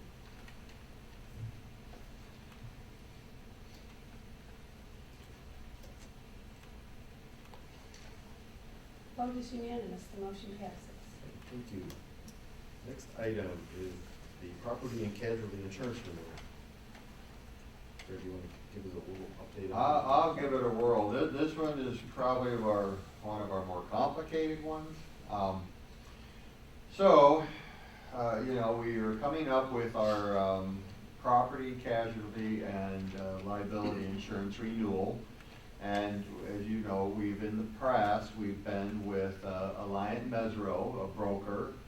And what they do for the district is they go out and shop that, and you see the quotes they got. I included that in the backup packet. So they go out and they market that on behalf of the district, and they bring back their recommended package. Well, in addition to that, administratively, we went ahead and marketed ourselves by reaching out to the Illinois Cooperative Collective Liability Insurance Cooperative, or CLIC. And so we asked them to give us a renewal. So we worked through the process of providing the detail to both companies, our loss ratios, our statements of values, and all those things we need to provide. At the end of the day, we got back the quotes, and I think the most important thing here is we put in here the side-by-side comparison. So it is, trying to line up apples and apples. It is, so we went through, there is a comprehensive list in your packet about the coverages. The only thing I would say when we're looking at the coverages, and some of these coverages will be shared throughout the whole pool. So like if, so if there's $1 billion, well, you can share it across the whole pool, but they purchase reinsurance to make sure that they don't go outside of that. On the premiums, you can see we try to line them up the best as possible, included in the package or not included. The bottom line came up, the renewal for very similar coverage from our Alliant Mesro was $462,926. That same coverage from CLIC was $399,851. And in some cases, the CLIC coverage is broader, and but it's like, how much insurance do you need? I don't know. Someone said you could never buy enough, but anyway, I think what's important when you look at the difference. So, Alliant Mesro, they're providing a fully funded district individual policy. By going into the cooperative, we'd be joining a group where you have shared, if you will. Now, they do have an actuarial where they break it out and you stand on your own, if you will. Your loss record's your loss record, but you do share in pulling things. And so this chart, which I gave here in your memo, shows how they pool and then how they buy reinsurance. The whole way that they would be so competitive is because they do accept some risk on their own. And so you'll notice in this, they call it SIR, which stands for Self-Insured Retention. CLIC maintains a $9.4 million loss fund, which is used to pay those claims that they retain their own insurance. Then, as a district, you're assigned what portion you have to pay in based on your experience. So you can see, based on our experience, they've assigned, if we join them, we'd have to pay in $155,000, which is included in that premium number, into the stop for collective, for general liability and property, and then for board legal liability, it'd be $9,500. Now those numbers are included in that premium that I was showing you. It's the very last page of that. And that is frozen for the first 3 years you're in the CLIC. Now, you also have to make a 3-year commitment. You go in, you have to stay in for 3 years. The important thing is that loss contribution is frozen or guaranteed for those 3 years, which could be your biggest adjustment. So on year 4, if we've had really bad experience, that could go up. If we have great experience, it could go down. So it's all, how, and that's really the same way when you're fully funded. If you got good experience, your premiums are gonna come back lower. So anyway, with all of that, administratively, we've worked through it, we've read all the stuff. I've been in CLIC before in prior districts, and I would recommend that we join and save the $60-some thousand. With that, I'd answer any questions. Is CLIC all school districts or other Yes, groups or all, organizations are in there? it's all school districts, yep. How many districts make up? 183, I believe. Are they geographically dispersed? Are they all Illinois? Do you know? Oh, they're all Illinois. It's just an Illinois program. Now, there's like programs, in Iowa and South Dakota. I mean, I was associated with them in South Dakota. So they're all over the United States, but this is just Illinois association here, and I believe it's 183 districts that are pulled together to, share risk and lower cost. So if I understand this correctly, we're reducing our insurance costs, but maintaining roughly the same coverage because In some aspects, the coverage is some are going high. up, but we're not really decreasing anything. No. And because we're we're pooling our risks. Right. Any close by districts that are in CLIC that you talk to and they're happy? Well, I know Naperville's in them. I was there. Lockport. They're currently in, they're all still in? Yes. They are still in, I know Yes. that they were. Oh, well, what I meant were when I was at Naperville. Right, They're right. still in it, yes, Okay. they're still in play. So is it a 3-year commitment? Is the premium for 3 years as well? The loss portion, okay, so take a look at the premium. So the loss portion of the premium, or your required contribution to the loss premium, that is guaranteed for 3 years. The rest of it will be adjusted based on the entire pool experience, and they said that that's plus or minus 2%. They're anticipating for 19-20, it's actually going to be a decline, is what their early indication is. So out of this 235,000, this is kind of the premium part, the administration, the stop loss. I mean, what you're buying in this up here, that's your stop loss reinsurance and that kind of stuff. So as the total pool CLIC does good, that stop loss will be stable or declining. And administration, their interest income is back up, so administrative cost is declining because they're generating more revenue on the interest investment. So they anticipate this 235 to actually decline. What's frozen is the 155 and the 95. We have to pay that for the first 3 years while we build our own experience in the pool, and then actuarially they'll determine what our 4th year renewal would be. And at that point, we could decide if we wanted to stay for a 4th year or not. Now, there is a 120-day notice to get out, but we would know how our experience has been. If we got a bunch of losses and whatever, we might be saying, well, better give our notice and whatever. Is there any financial due diligence or anything done on CLIC outside of third-party review of any type? Well, that's it. Okay, so being a cooperative, they're not rated by AM Best like that. So what due diligence? Well, first we got their audit. So we looked at their audit. They're actually increasing in fund balance. They have more on reserve. We looked at all their stop loss. Of course, anytime you're in a pool, the most important thing is who's your stop loss? Who's your back when there's some big catastrophic? All their stop loss are, AAA or whatever. So they're good quality, Lloyd's of London, these brand names that's the stop loss. So I think the important things about financial stability of CLIC is, one, how long they've been in business, a long time. What's their reserves? Their reserves are growing. You can see that right in their audit. And their stop loss, which is the most critical in my opinion, is good quality companies that aren't going to, be overextending themselves.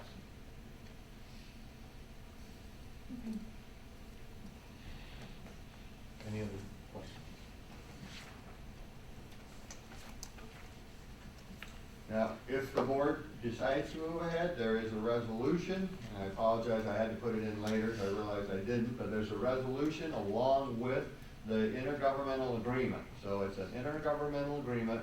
Basically, if you think about it like this, we're pulling up with 183 districts, so we have to agree to the intergovernmental agreement, and there would be the resolution. So when you get ready, if you do decide to accept it, you need to approve that resolution, please. We'll do it on- And the agreement, so two motions? no, just one. The resolution is to ratify the intergovernmental agreement. Both have been in your documents. So can we do it all in one motion? Yes, Yes, absolutely. motion to, approve the resolution. Yep.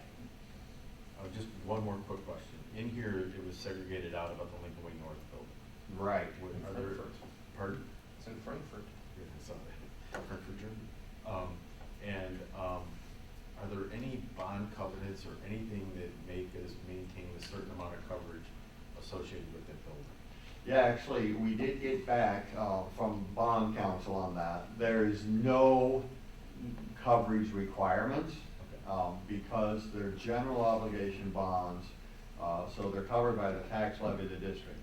The importance of that letter, though, is, sometimes insurance companies don't want to cover a vacant building as a regular building because of the building checks we're doing, the use of the Frankfurt Square Park District, blah, blah. They're insured in just like every other building. So we have full coverage, no problems. I appreciate that extra stuff there. I just wanted to make sure that we didn't violate a covenant, especially with everything we got going on. And we get long-term debt, so I appreciate that. Thank you very much. Okay, so now I would entertain a motion to accept the recommendation as presented for the insurance renewal. And in that would also, the resolution for membership, which would include the execution of the intergovernmental cooperative agreement. Is there a motion? So move. Second. Motion and a second. Any additional discussion? Hearing none, we'll call for a vote, please. Vote is open.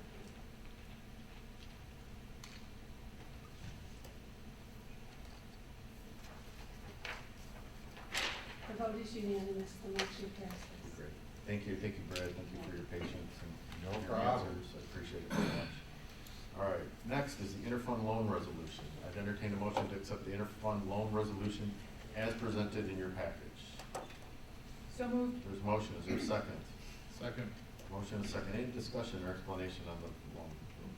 This is just our standard monthly, this is how we keep our cash flow tight. Got it. Okay.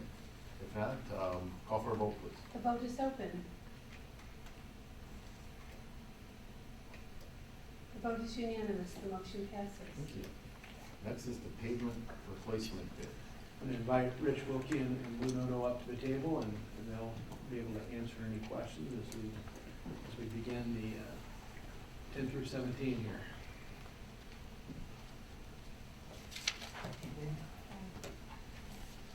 So you have in our packet the recommendation for the pavement replacement as spelled out. There's multiple different pavement replacements, including tennis courts, which was brought up earlier. So we'll open it for discussion. Any questions?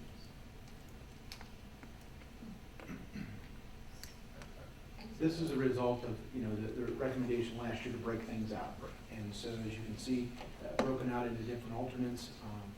We've put the recommendations in there. We've worked with DLA. We've also worked with a traffic consultant to help determine the needs here at Lincoln Way Central. As we know, the entrance is cumbersome. And so developed some solutions to help with the drop-offs, pickups during the school day, also to add some parking in front of the building. So that would all be contained in this bid. Do you have any specific questions? Go ahead, Rich.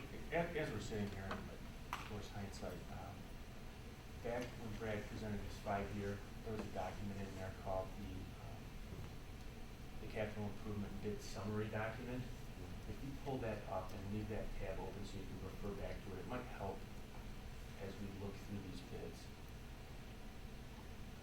Kind of help wrap your head around the alternates and how we prioritize them. So basically, roughly the pavement replacement bid is the one at the bottom of that table, spreadsheet. All the way to the right in the green are the amounts. If there's an amount in that green, that's what we're asking you to approve. The one or two next to it in our review of all the projects is priority number one, priority number two. If the board feels that they had to cut money somewhere, we would hope that they would start at the twos. There are a couple twos you see that we didn't put values into because they didn't fit into the budget. On the bottom, on that maintenance, that it didn't fit in the budget. When we get to the turf replacement, it just doesn't make, it made sense not to do those. But anyway, back to the pavement replacement. All the alternates are listed, their costs are listed, and their priority is listed. So I have a question, this is an individual question. In here you talk about an alternative if this grant isn't gone through. Even though it seems to be, confidence is high, $250,000 grant has gone through. But because we're looking to approve this tonight, because I know timing is important to get on everybody's schedule and keep things moving, I just want to make sure I understand, what are the two alternative 1 and 2 specifically? Alternate number one and alternate number two. Alternate number one is some additional curbing in our west lot to help with the traffic flow in the west lot near the entrance. Okay, so Lincoln Way West, just some. Lincoln Way Central. Oh, the west lot. Okay, that's where I was thinking. Yeah. Okay, got it. Okay. And then the second one is? The second one is the east lots at Lincoln Way Central. It's basically from the art department over the annex is all the way around the front of the E-wing. From the schoolhouse. So Along schoolhouse front. So most of that is a complete replacement. So we felt if they had to go another year, it doesn't really hurt us. It's not like we're saving the lot by doing it today. The only thing we end up with if we go with another year is the same potholes and the same cracks and the same trip hazards that we have today.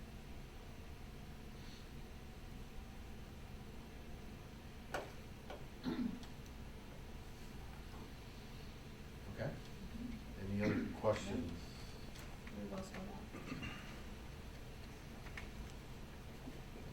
If they're not, I'll entertain a motion to accept the pavement replacement as recommended in your package. So moved. This is for the whole thing. The recommendation was for, Yes. yeah. Just pavement. Pavement, right, 1 through 7 with Evans and Son. So there's a motion, is there a second? Second. Motion and a second, any additional discussion? So with this motion, it's an automatic removal of those two if the budget, if that grant doesn't come through? Correct. We don't have to go back and do another motion later? Okay. Because it does state in there. Okay, that was my only question. Yeah, that's good, no, good question. Hopefully it doesn't come to Good that, yeah. clarification. What we're prioritizing are the, obviously, the security cameras over the 2 parking lots. Just my general question, have you done business with Evans and Sons before, Evans and Sons? Yes, it's the contractor that performed all of that top work, pavement work in East Leicester. And then meet all our criteria for, Responsible bidder. thank you, responsible bidder. Yes, they do. Very good. Call for a vote. The vote is open.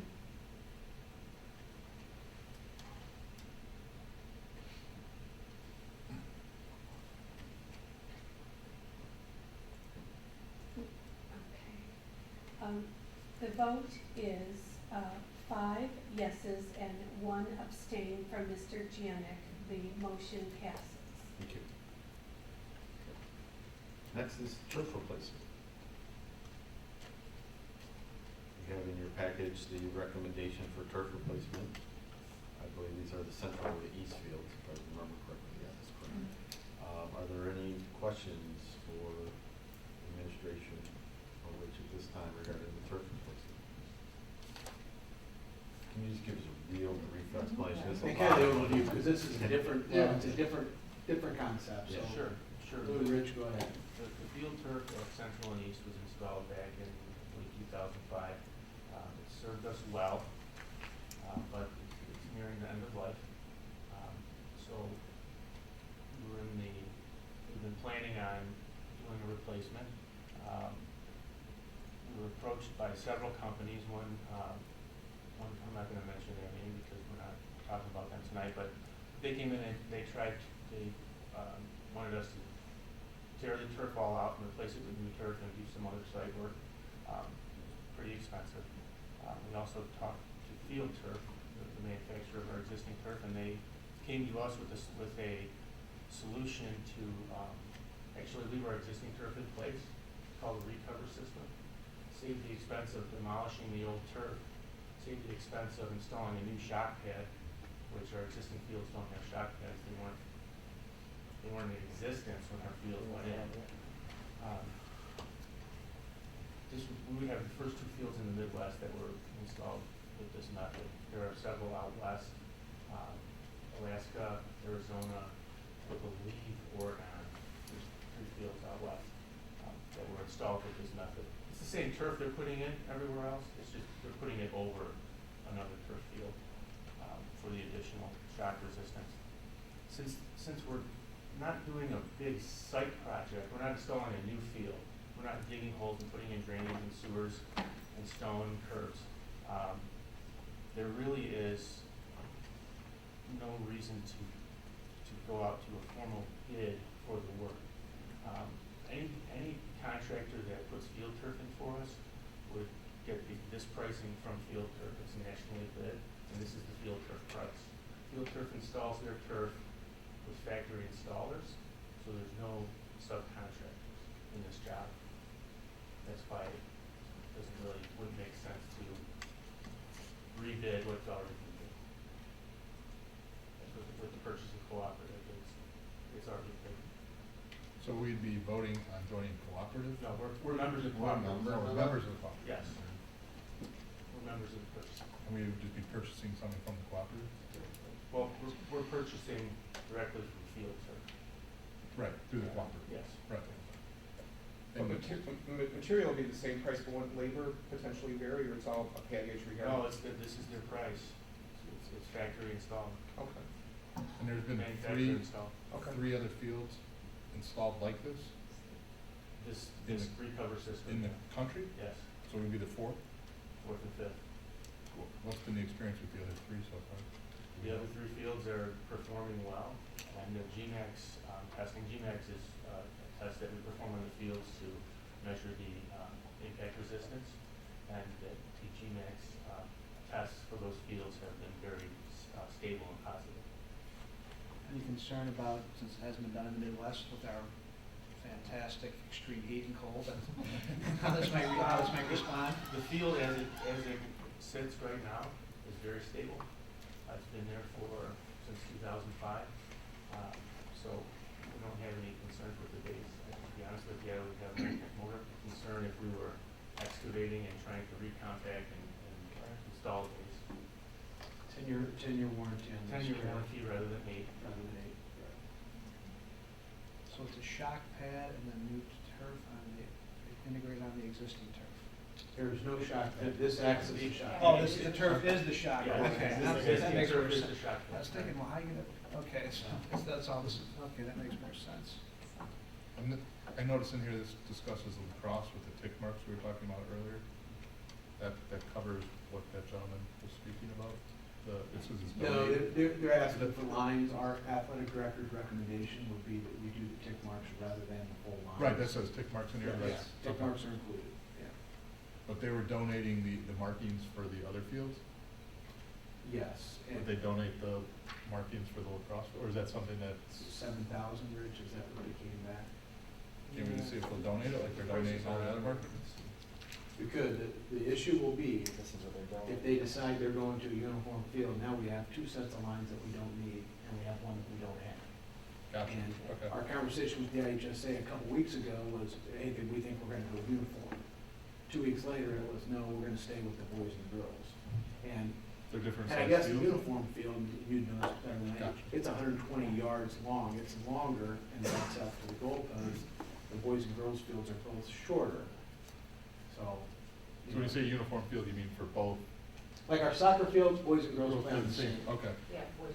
Lacrosse, I thought you meant lacrosse one is field, different. It's a like one different school. field. Okay, so Yeah. still the same school, but he's in central, but. We're actually the addition of 2 different markings for boys and girls at this Gotcha. point. If they were Yes. Yes, and I think we will be able, you know, and we've looked at some different paintings. You know, if they do a blue for boys or red for girls, we'll be able to incorporate that in the spring during the season.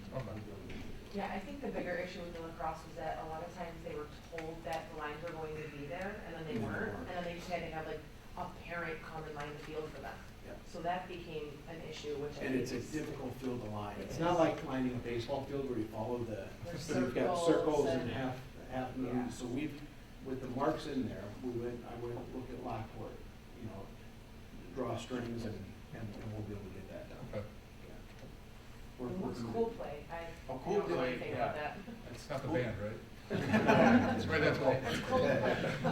Cool play is something that we learned about through our initial interview with Field Turf. It's a green colored infill with the black infill on a hot sunny day in the summer. It's really hot standing on that field. Oh, yeah. Their claims are, and they have evidence that the cool play infill will reduce the temperature on the hottest of days from 20 to 30 degrees on the field. So we felt that for that investment, it was well. For our use of fields in July and August, Yeah.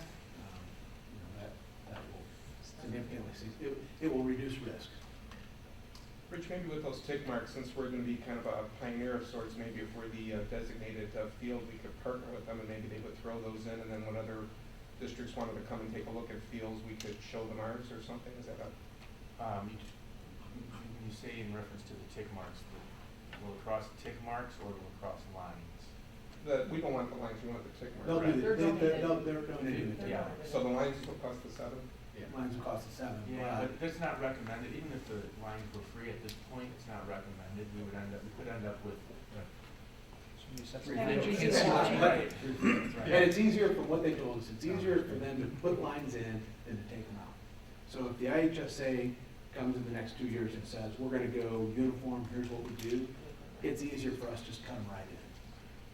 You know, we've cut in and put in a brand new Warrior at Lincoln Way West. We've done some lines at Lincoln Way West. In fact, in North we did the end zone. So the cutouts and placement is easy to do. They just come sewn right on.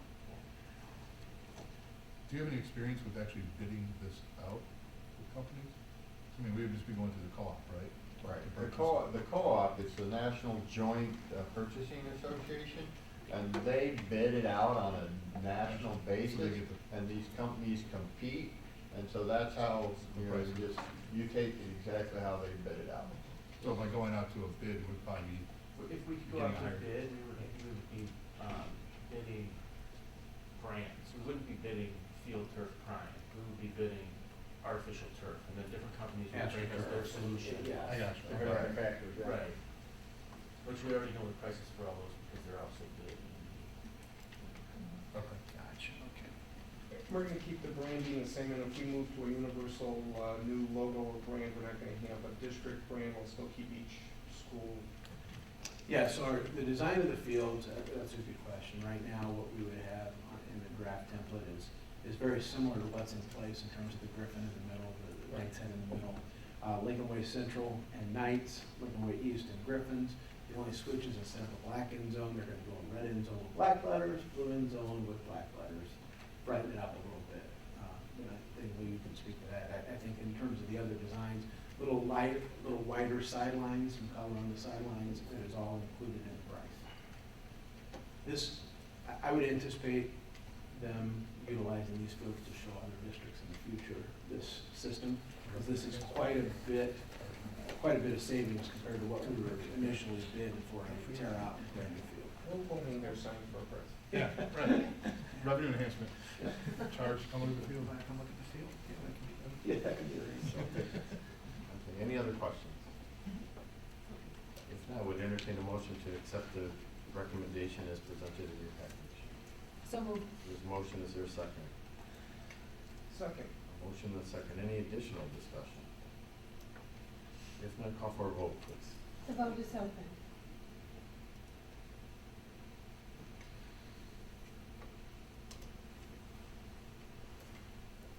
The vote is unanimous, the motion passes.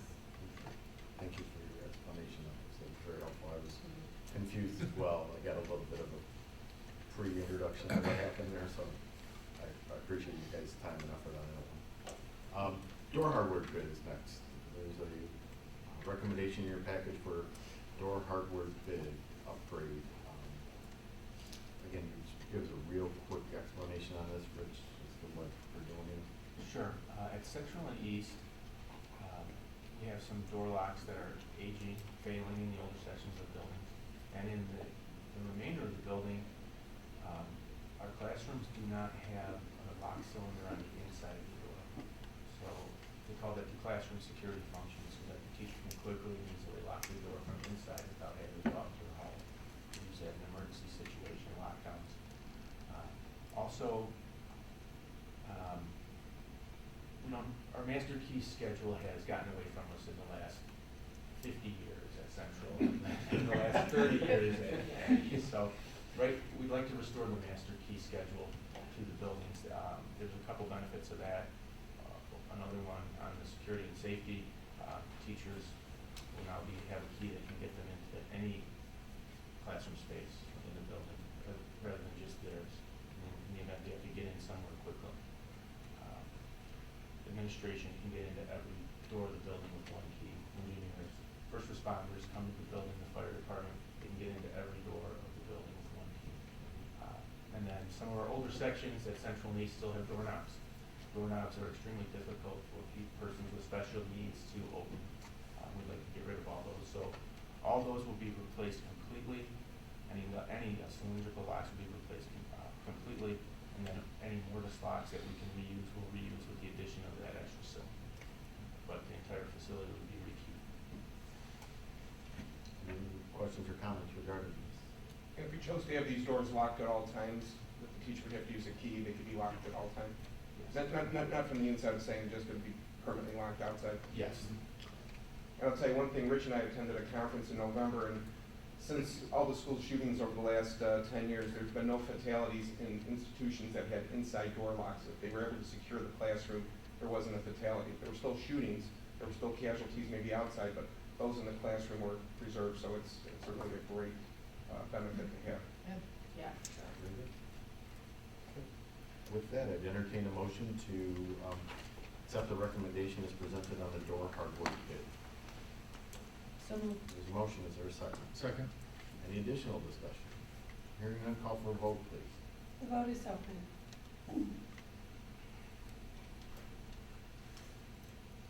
The vote is unanimous. The motion passes. Next is the security upgrade bid. Can you tell us what this all covers, Rich? Yes, this basically covers an upgrade to our surveillance cameras at Lincoln Way Central and Lincoln Way East. Our systems are aging. The software needs to be updated or upgraded, and we don't have enough cameras at Central and East. So we put together a spec with a vendor that we currently use. Our goal was to achieve coverage in all common areas and the exterior perimeter of the building.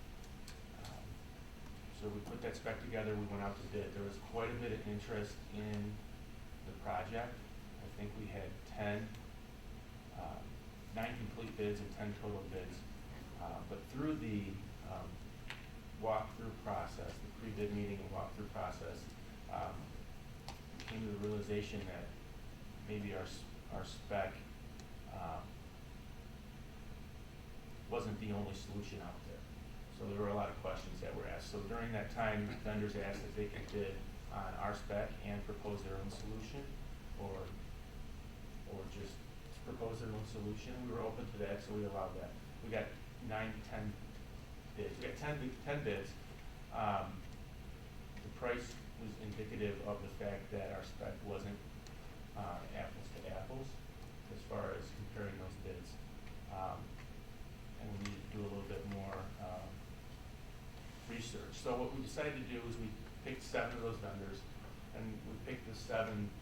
We eliminated a couple just based on their price. We did the unit pricing. So some cabling was pretty straightforward in this project. The distances were there, so they should have been able to get pretty close. So if you were way out at triple the price in cabling, we figured we're probably not going to bring you for an interview. But we picked 7 vendors. We interviewed 7 vendors.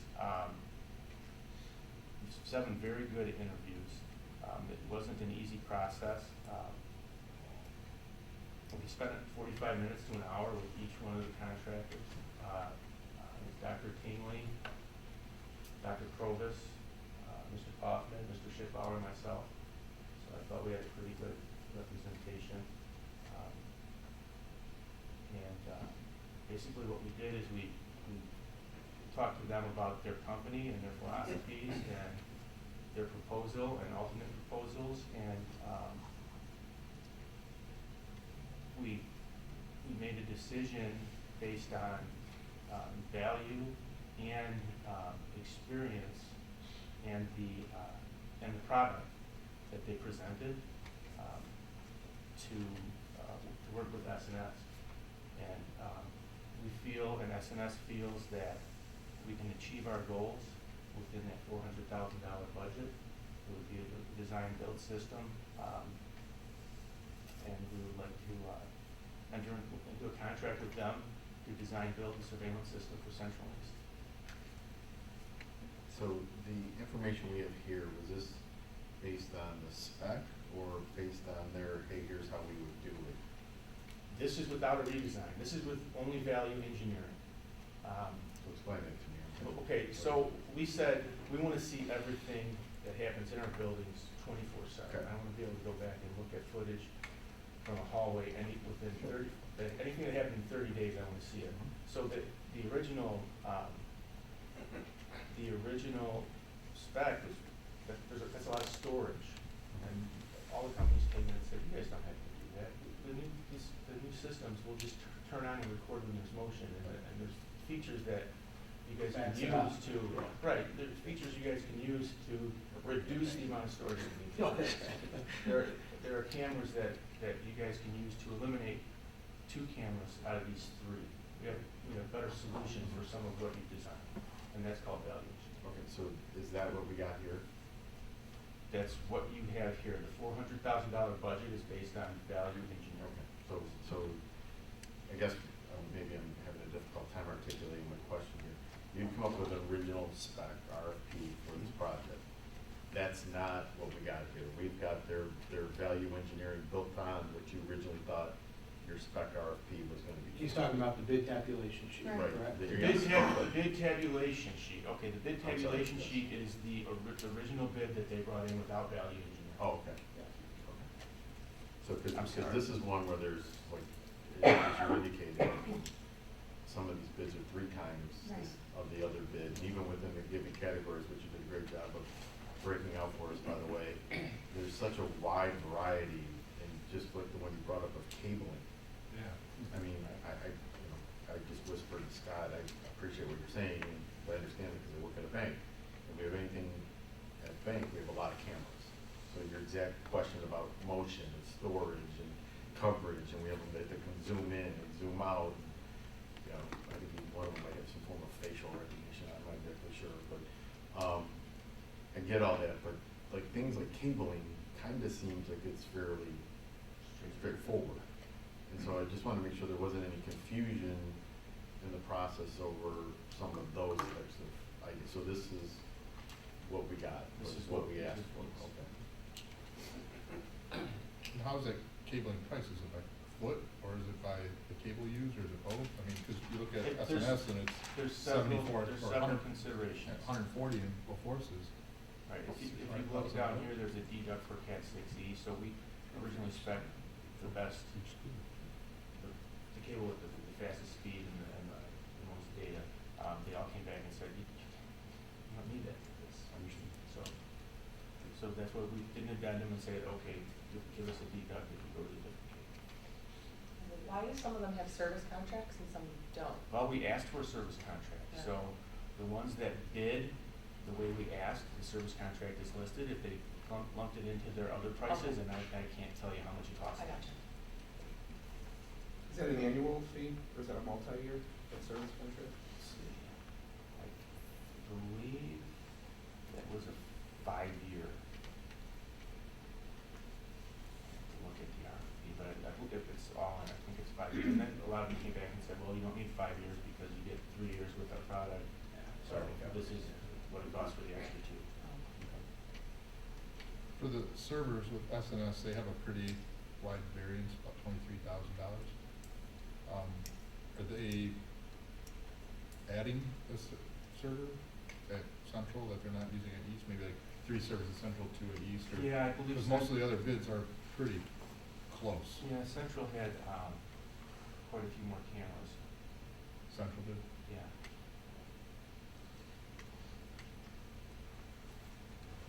One of my observations as well, I mean, they've got a almost $24,000 spread between the 2 campuses, and the biggest one on anybody else's is 12. Right. How do we limit change orders, Rich, when they come in and they are the approved vendor and all of a sudden now they say, oh yeah, we really misquoted this, or we need that extra server or something? How do we account for that, or what's our? We write a not to exceed clause and it's basically a performance contract, not to exceed.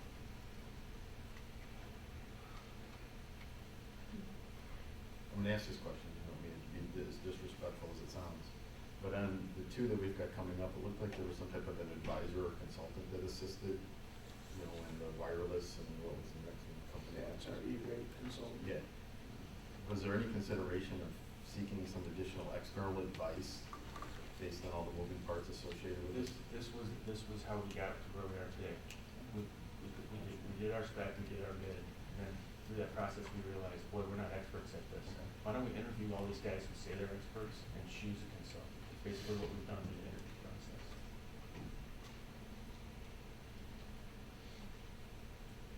Who's our current vendor? Velocity. Do you know anybody else that's used SNS in the area? Yeah, we checked a couple references.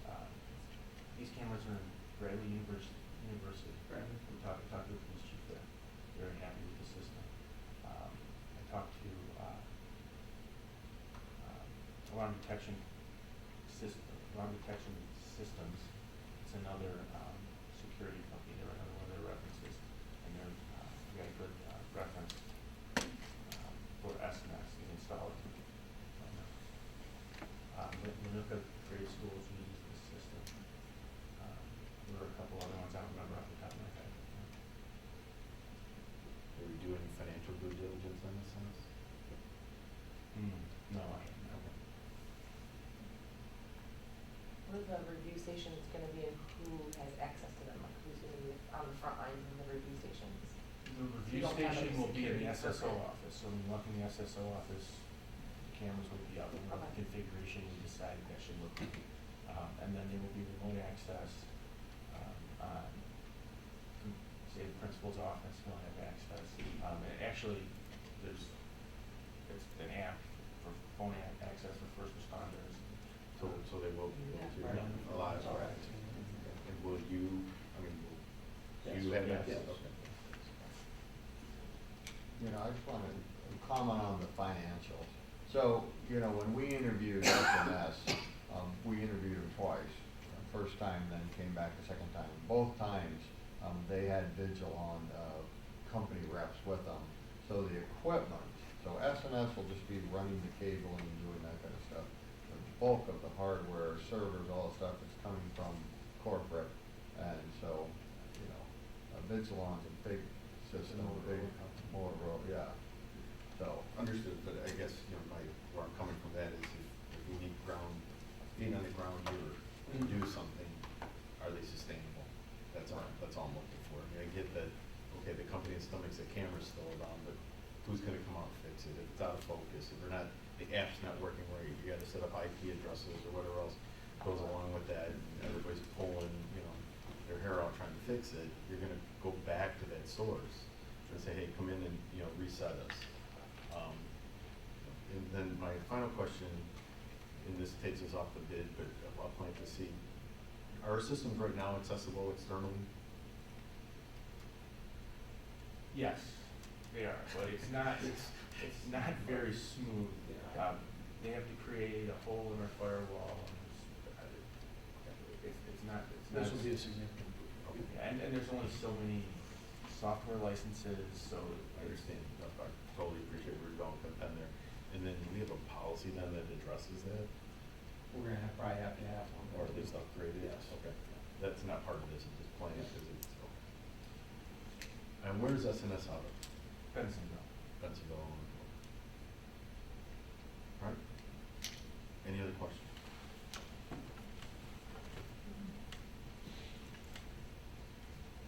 If not, accept a motion to, or entertain a motion to accept the bid as presented in your board packet. So moved. Second. Motion and second. Any additional discussion? Hearing none, call for a vote, please. The vote is open.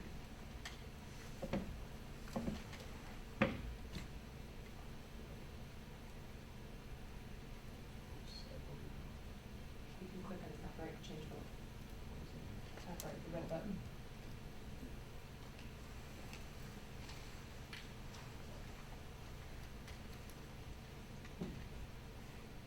All right. The motion passes with 4 yeses, 1 no from Mr. Janik and 1 abstain from Mr. Kirking. So that is 4 that's passed. Very good, thank you. Next is the landscaping bid.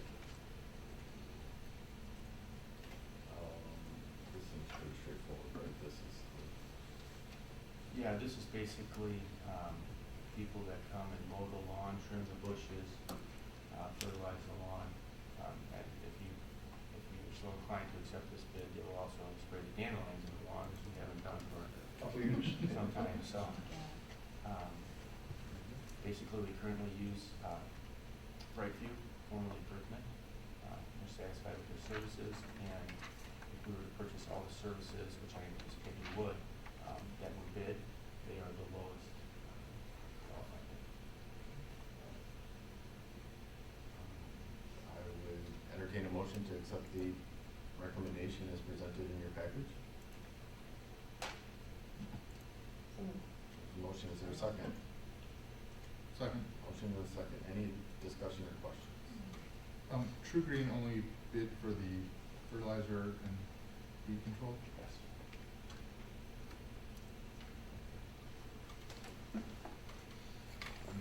Ask the question, is this the right call? I mean, we're spending whatever this is, 140,000 to outsource this. Bringing this in-house would be cost prohibitive. Yes, we would have to have 5 additional, at least 9-month employees. And we don't currently have the equipment on repair. But you asked and answered, so it was the equipment part that I was, maybe, that was the part I was kind of wondering. Very good. All right, any other questions? If not, we have a motion and a second. Call for a vote, please. The vote is open.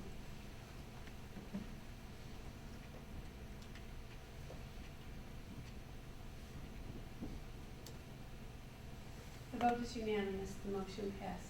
Thank you. Next is fiber infrastructure proposal.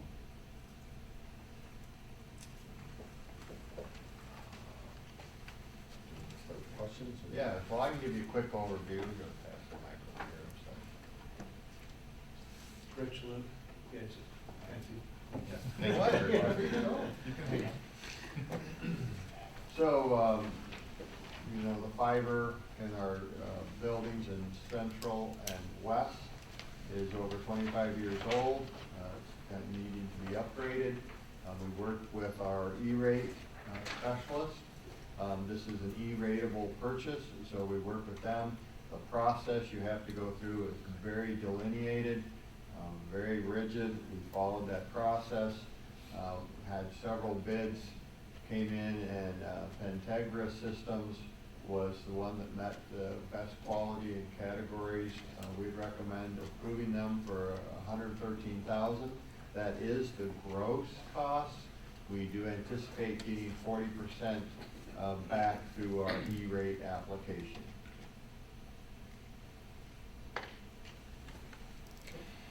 Any other questions regarding this?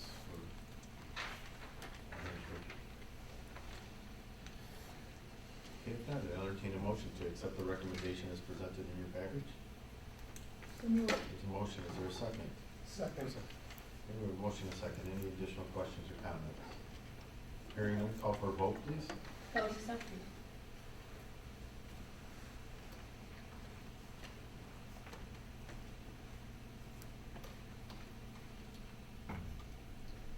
want to say aye? Aye. All right. The vote is unanimous. The motion passes. Too many votes, I was gonna say, Go over heat machine. All right, next is our wireless networking proposal. Yes, so the same process. This is an E-ratable project that we want to do. We want to increase the access points and replace some of those that are end of life and end of support. We went through the E-rate process, and I think it's very important to note that, you know, that gets posted online through a portal where a lot of vendors have an opportunity to look at it.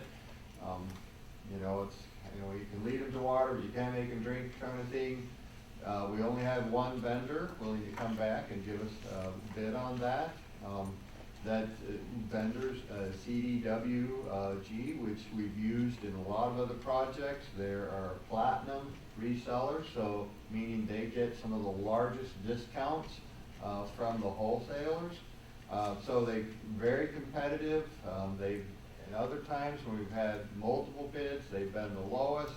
We felt comfortable in the process that they were getting a good price for what we're wrote in here for the E-rate or the accesses. And then, did you see this is the gross price again? Because we're applying for the discount, we should get $140,000 back through our E-rate process. But we're approving 356. Yes, we're asking for the gross amount to be approved, because we apply for the E-rate, we've audited in the past, but we have to, we have to apply and get the money back. And that goes, Go ahead, Barry. well, that goes also for the fiber. Right, Just the approved. fiber was the gross amount. Now, we will ask the vendors, there's two different ways we can go through our E-rate. There's the bear method, which we pay the full thing up front, then we get the money back. Or then there's the, I think it's the SPI, where the vendor actually bills us back the net. We're asking, and the vendor's been fine with that, we're going to be doing the net, and then the vendor will wait and get the rebate back from the E-rate process. So these, the fiber and the wireless, and I guess maybe the fiber's too late, but it looks like those are similar related products, or in areas. Did we bid those together? Or were those separate bids? They were done as separate bids. The fiber is for the cabling that goes between our wiring closets in each of the buildings for Central and East. It's the backbone of the network inside the building. And here at Central and East, as Brad said, it was installed at different stages over the last 25 years. So the fiber is old, some of it is no longer functional, and we want to make the backbone of the network more robust. If you think of the wireless project as similar to like the plumbing in a building, where you have pipes going through, and your pipes would be your fiber backbone. Your wireless access points are these small devices hanging from the ceiling, and on a plumbing analogy, it would be similar to the sprinkler heads. What we're asking you to replace is the sprinkler heads with something that would be 3 times as fast as what we currently have. The access points we currently use support B, G, and N speeds. The N speed is about 54 megabits per second. The new access points that we're proposing support AC speeds, which is 1,300 megabits per second. So what we're doing is allowing greater bandwidth for all of our end users on the network, and our new devices coming in for all of our laptops, like the ones in front of you, have AC compatible cards in them. So we're allowing our devices to operate at a faster speed and allowing them to connect to the network at a faster speed.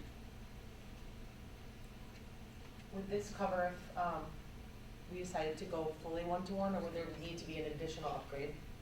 Well, what we're doing is getting the network ready for that one-to-one process. And we'll continue to monitor it.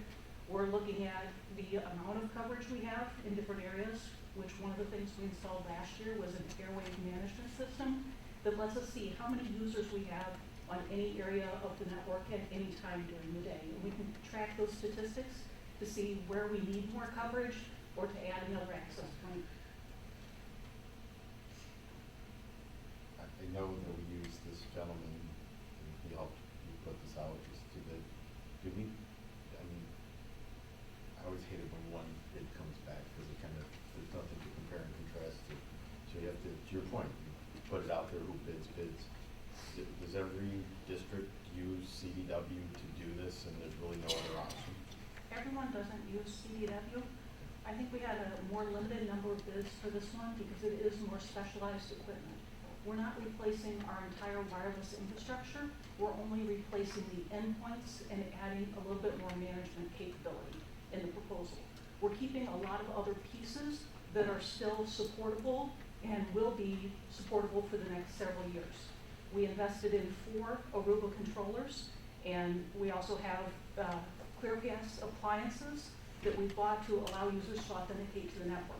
We're keeping a lot of the back-end infrastructure. If another company bid on this project, they would have had to come up with equipment to cover all the functionality of the entire wireless infrastructure. So we're keeping a large portion of that and only replacing the endpoints. And CDW happens to be one of the largest Aruba resellers in this area, and there are other Aruba resellers, but we feel that CDW gets the highest level of pricing discounts that we could get, and we've been happy with their service, and we've worked with other resellers in the past, but we haven't been as happy with the service. So this price was about what you would have expected it to come in? We budgeted $350, and the price came in at $356, so we were very close. And then with the additional discount, it will be under the budgeted price. That's about all we can ask. Really don't have anything else to do, so, thank you. Just real quickly, then a budget question, I'll switch lanes on you here. So when we were doing the capital budgets or these budgets for this, what number did we budget? Did we budget 350 or did we budget 210? No, so within this, well, that's for risk $100,000 for budget reduction. So this was kind of built into the budget at 350. So we're 215, so we're going to be able to save on our budget. And by asking for the vendor to do the SPI method, we can do it within 1 fiscal year. Okay. So. Fair enough. Any other questions? I think I need a motion. Okay, I need a motion to accept the recommendation for the wireless proposal as presented in your package. So moved. There's a motion, is there a second? Second. Motion and second. Any additional discussion, questions, or comments? Hearing none, call for a vote, please. The vote is open.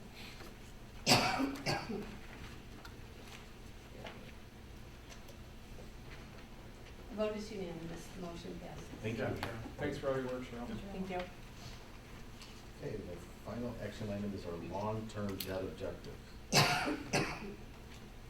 Well, tonight in your packet is for our second review and hopefully action is the long-term debt objectives as we presented and discussed last meeting. We'd look for the board to move ahead with these, and then our next step would be to take these objectives and look and see if there's some other suggestions that we need to bring back from PMA to work with the board on. Entertain a motion to accept the long-term debt objectives as presented in your package. So moved. A motion and a second. Any discussion or questions regarding this?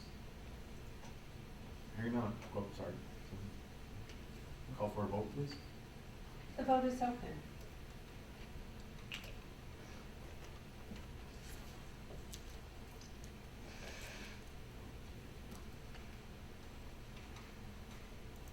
The vote is unanimous, the motion passes. Okay, thank you. Thank you everyone for all your patience and your hard work on all those. There's a lot there and it was well thought out and put together. So again, thank you for your time and effort. Next are informational items. First one is the Lincoln Way Special Education District 843, Ron. Yeah, so if you remember from last, maybe a couple of meetings back, we switched vendors with the workman's comp, and what happens is the mod was changed. And the mod, as you remember, is kind of what the other industry standards are, what other people that do the same job, what they're rated at. So when the new company came in, they found an $80,000 savings by switching our mod to where it needed to be. So then the broker thought maybe we should go back to Liberty Mutual and say, hey, since we've been paying the wrong mod for some time, what can you do for us? So another $109,000 got brought back. So by going with the new broker, we saved $190,000, and now it's funded through their broker fee. The $25,000 is funded through the program, so we're saving the broker fee as well. So it was a very good opportunity to go with the broker, and then proportionally that money either will be divvied back up through the co-op based on your percentage, or we could leave the money in. And I know with the business managers, they're talking with our business manager at 843, and either gonna leave it for future consideration, or it'll be divvied back. I don't know if it's been decided, but that'll be something forthcoming. Also, building supervisors, principals, we're looking at continuing their budget, or their contract, how about that, for the upcoming year. And we're doing the director's evaluation Tuesday night, moving forward, getting it done before the March meeting. That concludes my report. Any questions regarding 843? Real quick, how was the mod issue discovered? So the new broker came in and said, you shouldn't be in this category, you should be over here. So it was just going out for bid and not taking for what was past practice, looking at, because if you're an office person, it's one thing. If you're a mechanic, it's something else. There's different ratings. So when they looked at it, they didn't just take past practice. They looked at the whole group and they rebid it. And by rebidding it, they found the inconsistency. Does that have any application here to us? No, I mean, I've reviewed ours, I believe, I've looked at them and go over them. Everything's, we've got just 3 categories in ours, teachers, personnel, anyway, we go over that very carefully. Ours was under 1. He did a great job with, but it's healthy. Good question. Thank you. Very good. Next, FOIA requests. FOIA requests are included in your backup materials for your review. Any questions regarding the FOIA requests? If not, District 210 advisory. All right, so Dr. Pollock canceled the February advisory meeting due to some unforeseen conflicts in schedules. We will be meeting in March, and we will be bringing something back to the board regarding grade weighting for future classes. Very good. Thank you. Any questions for Beth? If not, the building and grounds report. Operations and maintenance report is included in your backup materials if you have any questions. Once again, Rich has done a good job compiling the data. Okay, are there any questions for Rich regarding the building and grounds report? I have a couple of Rich got the answers for this. Thank you very much. Okay, Rich, no, thank you. It's a great report. I wish I had reports like that. All right, community relations report. The bright sheet is included in your backup material for your review. Any questions regarding community relations? If not, asset of the month. Asset of the month for March, decision-making, and the person knows how to plan ahead and make choices. At home, talk to your children through choices. Use what-if questions to help them anticipate consequences. That's fun with a teenager. I do that too. At home, let students plan class projects, assignments, even school-wide activities, teach planning and organizational skills. And I think we do a pretty good job of that at Lincoln Way with our extracurricular and some of our classes. And in the community, permit young people to participate in decisions about community programs and special projects. Thank you for that, Scott. Legislative report. Nothing to report at this time.